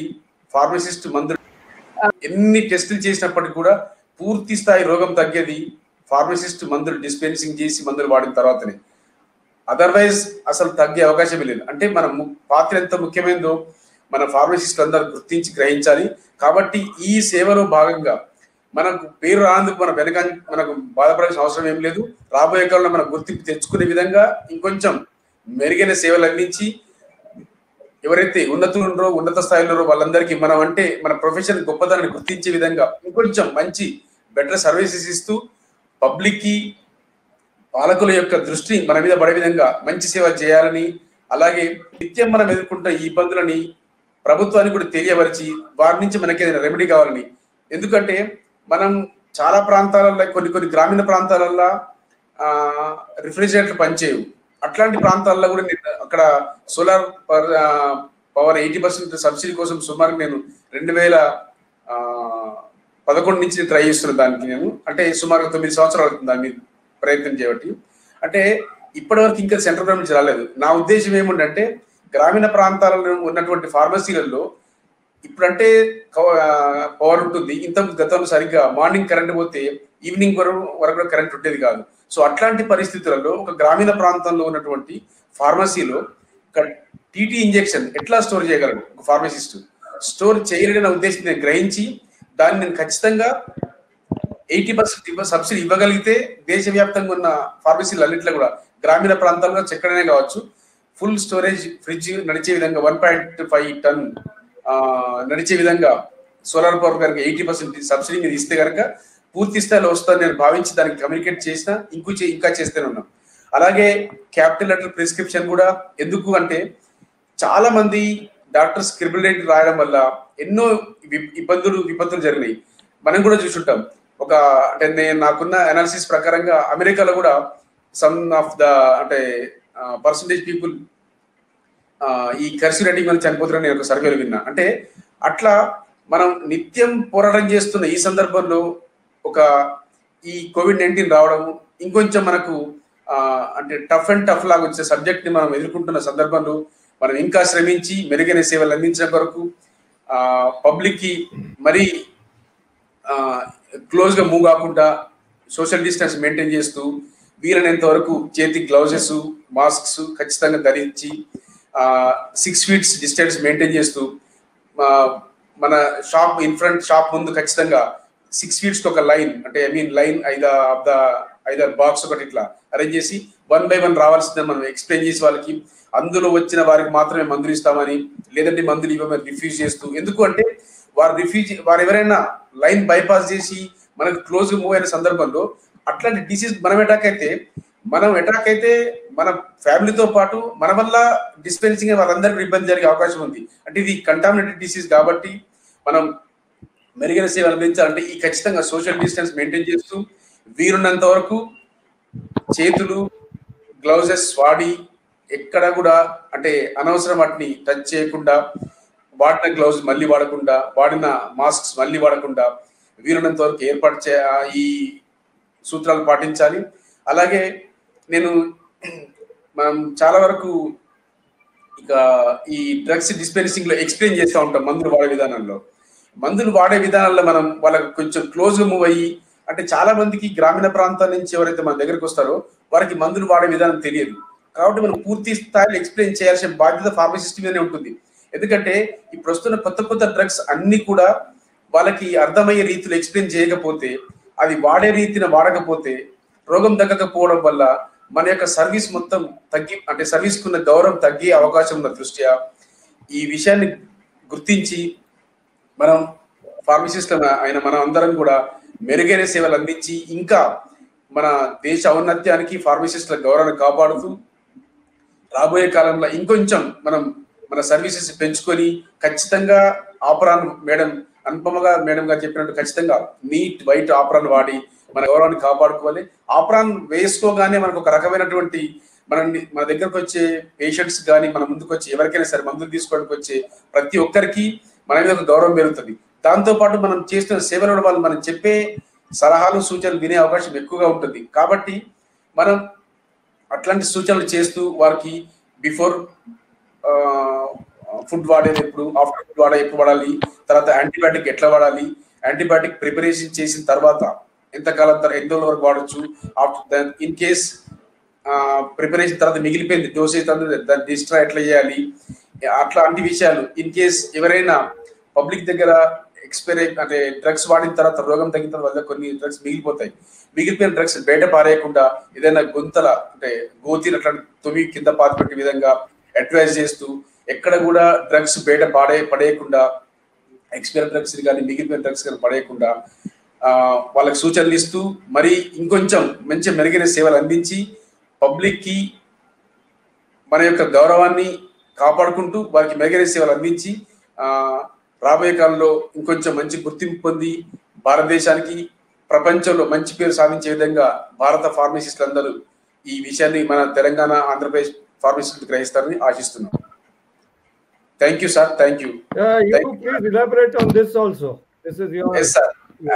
యాక్చువల్లీ చాలా మంది ఈ బ్రెస్ట్ మన చిల్డ్రన్ కి అంటే బేబీ ఫీడింగ్ వాడుతూ ఉంటారు. చాలా మంది ఈ బేబీ ఫీడింగ్ వాడేటప్పుడు బాటిల్ క్లీన్ చేయకుండా అంటే మామూలుగా అన్ని పాలీప్రొపైలిన్ బాటిల్స్ వాడుతూ ఉంటారు చాలా మంది. ఈ పాలీప్రొపైలిన్ తోని ప్రిపరేషన్ చేసిన తర్వాత లోపల ఆ ఏరియా మొత్తం ప్లాస్టిక్ పట్టుకుని ఉంటుంది దాంట్లో అంటే మిల్క్. సో అది క్లియర్ కాదు, ఎంత మనం దాన్ని బాయిల్ చేస్తేనేమో మెల్ట్ అయిపోతుంది బాటిల్. సో కాబట్టి ఖచ్చితంగా పాలికార్బోనేట్ ఫీడింగ్ బాటిల్స్ మాత్రమే వాడాలి. అలాగే దాన్ని ఖచ్చితంగా వాడిన తర్వాత ఒకటేసారి ఒక బాటిల్ మాత్రమే వాడాలి.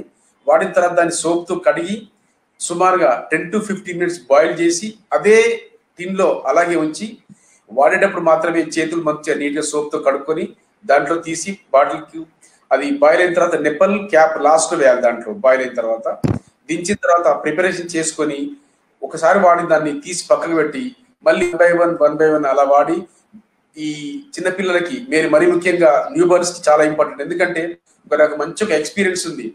ఒక ట్విన్ బేబీస్ వాళ్ళు నెలలో 2 సార్లు జాయిన్ అయ్యారు మా హాస్పిటల్లో, ఎవ్రీ మంత్ 2 times. దెన్ వాళ్ళని పర్సనల్ అడిగిన తర్వాత వాళ్ళు చెప్పారు ఇట్లా, ఎందుకు అంటే ట్విన్ బేబీస్ ఉన్నారు కాబట్టి పాలు సరిపోవట్లేదు మదర్ ఫీడింగ్, సో కాబట్టి మేము ఎక్స్టర్నల్ ఫీడింగ్ తీసుకుంటామని. ఎక్స్టర్నల్ ఫీడింగ్ తో మీరు బాటిల్ ఎట్లా వాడుతున్నారని చెప్పినప్పుడు వాళ్ళు చెప్పిన తర్వాత వాళ్ళకి నేను ఈ విషయం ఎక్స్ప్లెయిన్ చేసిన తర్వాత they are not admitted in 16 months because ఎందుకంటే ఆ సబ్జెక్ట్ నేను ఎక్స్ప్లెయిన్ చేసిన తర్వాత వాళ్ళు అసలు హాస్పిటల్ రావడం తగ్గిపోయింది. అంటే అట్లాంటి సూచనలు సలహాలు మనం ఫార్మసిస్ట్ మనం పబ్లిక్ ఇస్తూ వారి నుంచి ఇంకొంచెం మంచి గౌరవం పొందాలి. ఎందుకంటే ప్రతి బేబీకి ఫీడింగ్ సరిపోను ఈ మధ్యకాలంలో, కాబట్టి అట్లా. అలాగే నెక్స్ట్ ఇక్కడ నేను చాలా వరకు కంపెనీలు ఇప్పుడు ప్రొవైడ్ చేస్తా ఉన్నాయి మెజరింగ్ క్యాప్ ని. ఇంత ముందుకు మాత్రం మెజరింగ్ క్యాప్ ప్రొవైడ్ చేయకపోయేది, అందరం స్పూన్స్ వాడేది. Tablespoon and teaspoon అంటే అన్ని ఇట్లా ఫ్లాట్ గా ఉంటాయి స్పూన్స్ అన్ని కూడా, ఇక్కడ పిక్చర్ చూపించే విధంగా. అది 5 ml ఉండదు, 1 teaspoon is equal 5 ml. So కాబట్టి ఇన్స్టెడ్ ఆఫ్ దట్ ఖచ్చితంగా మెజరింగ్ క్యాప్ మాత్రమే వాడి, మెజరింగ్ క్యాప్ దానికి మార్క్ ఉంటుంది, ఆ మార్క్ వరకు మాత్రమే వాడితే సరైన డోస్ వాడడం వల్ల రోగాలు తగ్గుతాయి. కాబట్టి మనం దాన్ని కనుక ఇగ్నోర్ చేసి ఈ స్పూన్స్ కనుక మనం పబ్లిక్ కి సజెస్ట్ చేస్తే వాళ్ళకి రోగం తగ్గకపోగా క్రానిక్ గా మారి వాళ్ళు ఇబ్బందులు పాలయ్యే దృష్ట్యా ఉన్న దృష్టి. కాబట్టి మనం ఎవరైతే మన ముందు ఈ చిన్నపిల్లల కొరకు ఎవరైతే వచ్చి మందులు అడుగుతారో వాళ్ళకి ఖచ్చితంగా మీరు మెజరింగ్ క్యాప్ మాత్రమే సజెస్ట్ చేయండి. లేకపోతే వాళ్ళకు తెప్పించి వేరే దాని చేత తీసిచ్చి వాళ్ళకి ఆ మెజరింగ్ క్యాప్ ద్వారా మాత్రమే వాళ్ళని సజెస్ట్ చేయాలని కోరుకుంటున్నా. అలాగే కాబట్టి ఈ విషయాల్ని గ్రహించి మనం అందరం మెరుగైన సేవ అందించడం కొరకు మరొకసారి నాకు ఈ అవకాశం ఇచ్చిన ధన్యవాదాలు తెలియపరుస్తూ థ్యాంక్స్ అండి. Thank you very much, Paramatma ji. See, what you are speaking is the most golden words. And before I hand over to Dr. Kaushik, personally I want to thank Dr. Anupama. Thanks a lot. And I also thank Dr. TV Narayan Garu for his VVIP presence. It was, as I said, very galvanizing and energizing. Dr. Paramatma sir, you are really Atmic energy. Thank you very much for providing the same. And before I request Kaushik to propose a vote of thanks, Satish Garu, please talk a few sentences in Telugu. Yes, Paramatma Garu. I once again thanks to Dr. K. Ramdas sir from Telangana Pharmacy College President. He is very so many times guided me, sir. So once again, I thanks to Dr. K. Ramdas sir, and so many times I was met Mr. Dr. B. Suresh sir. He is also advised to me so many times. Yes. So once again, thanks to both, sir. Yes. So before I move over to Kaushik, Dr. Satish Garu, please speak a few sentences in Telugu. తప్పకుండా. Actual గా ఈ corona virus గురించి చెప్పాలంటే మీకు ఇందాక నేను presentation లో చెప్పాను, ఇది మనం ఇండియా ఒకటే కాదు, అమెరికా ఒకటే కాదు, ప్రపంచంలో జనాలందరూ ఇదే ప్రాబ్లం ఫేస్ చేస్తున్నారు. దీనిని మనం చాలా ఎఫెక్టివ్ గా ఎదుర్కొనవచ్చు. ఇది అందరినీ సివియర్ గా ఎఫెక్ట్ చేయదు. లైక్ ఇందాక చెప్పినట్లు లైక్ 6 feet డిస్టెన్స్ మెయింటైన్ చేయండి, 6 అడుగుల దూరం ఎదురు వాళ్ళ నుంచి. ఎవరన్నా దగ్గుతున్నా, ఎవరన్నా కాఫ్ ఉన్నా, ఫీవర్ ఉన్నా, వాళ్ళకి జ్వరం ఉన్నా వాళ్ళకి దూరంగా ఉండండి. ఫార్మసిస్ట్ అనేవాడు ఈ టైంలో మెడిసిన్స్ డిస్పెన్స్ చేయడానికి చాలా ప్రాముఖ్యమైన వ్యక్తి. ఎందుకంటే డాక్టర్ ఏ మెడిసిన్ రాసినా ఇవ్వాల్సింది ఫార్మసిస్టే. కానీ మీరు అన్నట్లు ఫార్మసిస్ట్ గురించి మెన్షన్ చేయకపోవటం బాధాకరం. బట్ దాని గురించి మీరు ఆలోచించొద్దు. డాక్టర్ టీవీ నారాయణ సార్ చెప్పినట్లు మీ ఎఫర్ట్స్ మీరు పెట్టండి, సిన్సియర్ గా వర్క్ చేయండి, పీపుల్స్ లైఫ్స్ లో డిఫరెన్సెస్ తీసుకురండి. సార్ చెప్తున్నారు మనము బిజినెస్ లో ఉండకూడదు. Pharmacist should not be in the business of selling drugs, he should be in the business of providing solutions. మనం జనాలకి వాళ్ళకు వచ్చిన ప్రాబ్లమ్స్, ఈ టైంలో వాళ్ళకున్న ప్రాబ్లమ్స్ కి ఒక సొల్యూషన్ మనం చూపించగలగాలి. అండ్ వాళ్ళకి ఒక కాన్ఫిడెన్స్ ఇవ్వాలి, మనకి ఏ ప్రాబ్లం వచ్చినా డాక్టర్ కాదు ఫార్మసిస్ట్ కూడా మనకి హెల్ప్ చేస్తారు అన్న విషయాన్ని మనం ఆ కాన్ఫిడెన్స్ ఎప్పుడైతే పేషెంట్ లో మనం నమ్మకం కలిగిస్తామో ఆ రోజున మనకి ఆ వాల్యూ అనేది వస్తుంది. అమెరికాలో ఇప్పుడు already the most respected profession is pharmacist. ఎందుకంటే ఇక్కడ ఫార్మసిస్ట్ డస్ ఎవ్రీథింగ్. చెప్పాను కదా, వ్యాక్సినేషన్స్ కానించి, కోవిడ్ టెస్టింగ్ కానించి, ఎవ్రీథింగ్. ఇక్కడ కూడా నేను చాలా బాగా అబ్జర్వ్ చేస్తున్నాను. They are maintaining 6 feet distance, single entry aisles అని. షాపుల్లో కూడా చాలా ఆ డిస్టెన్సింగ్ కానీ మెజర్స్ కానీ తీసుకుని they are doing everything they can. So మీకు చెప్పేది కూడా అదే, పేషెంట్స్ కి సేవ చేయండి, వాళ్ళకి కావాల్సిన మెడిసిన్స్, వాళ్ళకి కావాల్సిన అడ్వైజెస్ అన్ని టైంకి ఇవ్వండి. అట్ ద సేమ్ టైం మిమ్మల్ని, మీ ఫ్యామిలీని మీరు కేర్ఫుల్ గా ఉంచుకోండి. Thank you so much. Super doctor Satish గారు.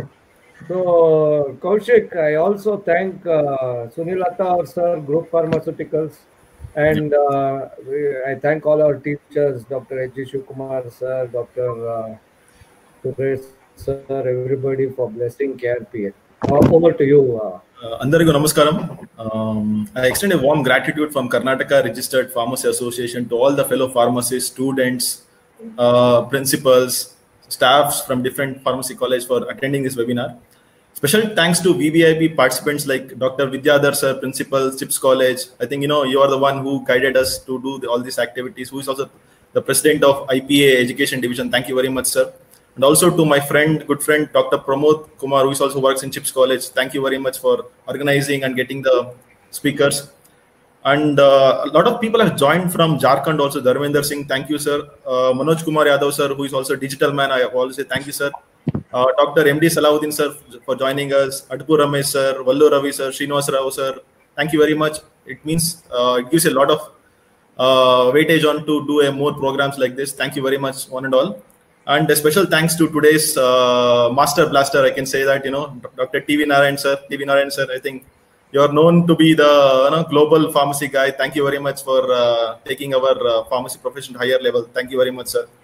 And today's pharmacy diva, Anupama ma'am, thank you very much for joining us, sharing your views. Thank you very much, ma'am. And I think, if I'm not wrong, I think it's 6 a.m. in the morning, sir, in the USA, I believe. Thanks for joining in 6 a.m. in the early in the morning. Satish, sir, thank you very much. And it shows your passion. And thank you very much, Paramatma, sir. Your name itself, the Paramatma, the God. And the achievements that you have done and your struggle that you have gone and you made to write the capital letters, There was a joke, whenever the doctor writes a love letter to the gents, lady doctor, he'll come and give the prescription to the pharmacist. I think you solved that problem, if I'm not wrong. Thank you very much, sir, once again. And, I and Sunil, sir, were discussing, why is the pharmacy profession has not evolved? I think he gave a good solution. The doctors have this bonding as well as sharing of knowledge. I think today this platform is for that, I believe. This is a beginning, sir. And as our Prime Minister told, there's a vocal for local.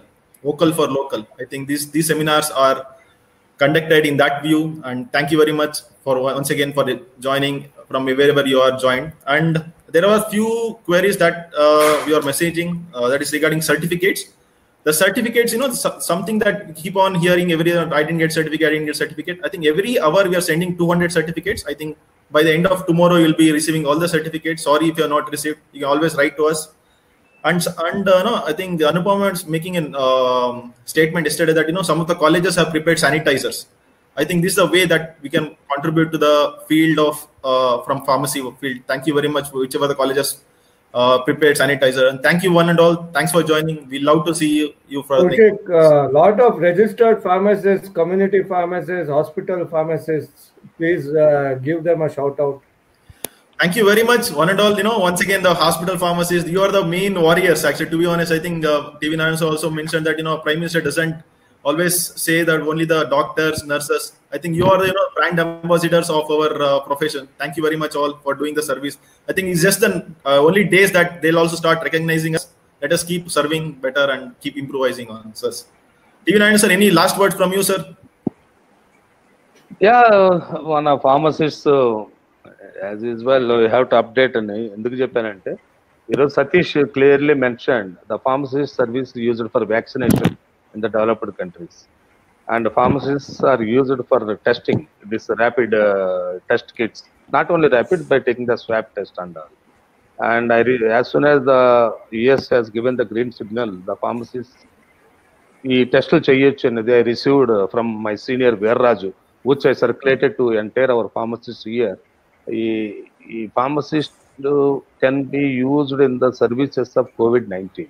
The same letter we represented to Niti Aayog, and Niti Aayog, then they have contacted Pharmacy Council of India, and again Pharmacy Council of India circulated this to all the colleges, give the names of the student interns, pharmacy particularly, who are interested to work for this pharmacy COVID-19. That's how some of our pharmacy students are working. I feel proud to say 15 of our... I think somewhere due to the misconnection, I think sir has left the room, I believe. Sunil sir, if I could conclude. I'm there. You're there, yeah. Yeah, I'm there. No, it happened to Dr. Narayana, TV Narayana, sir. Okay. Thank you very much. Jai Hind, Jai Pharmacist. Yes. Corona harega, India jeetega. Thank you very much for joining us. Thank you.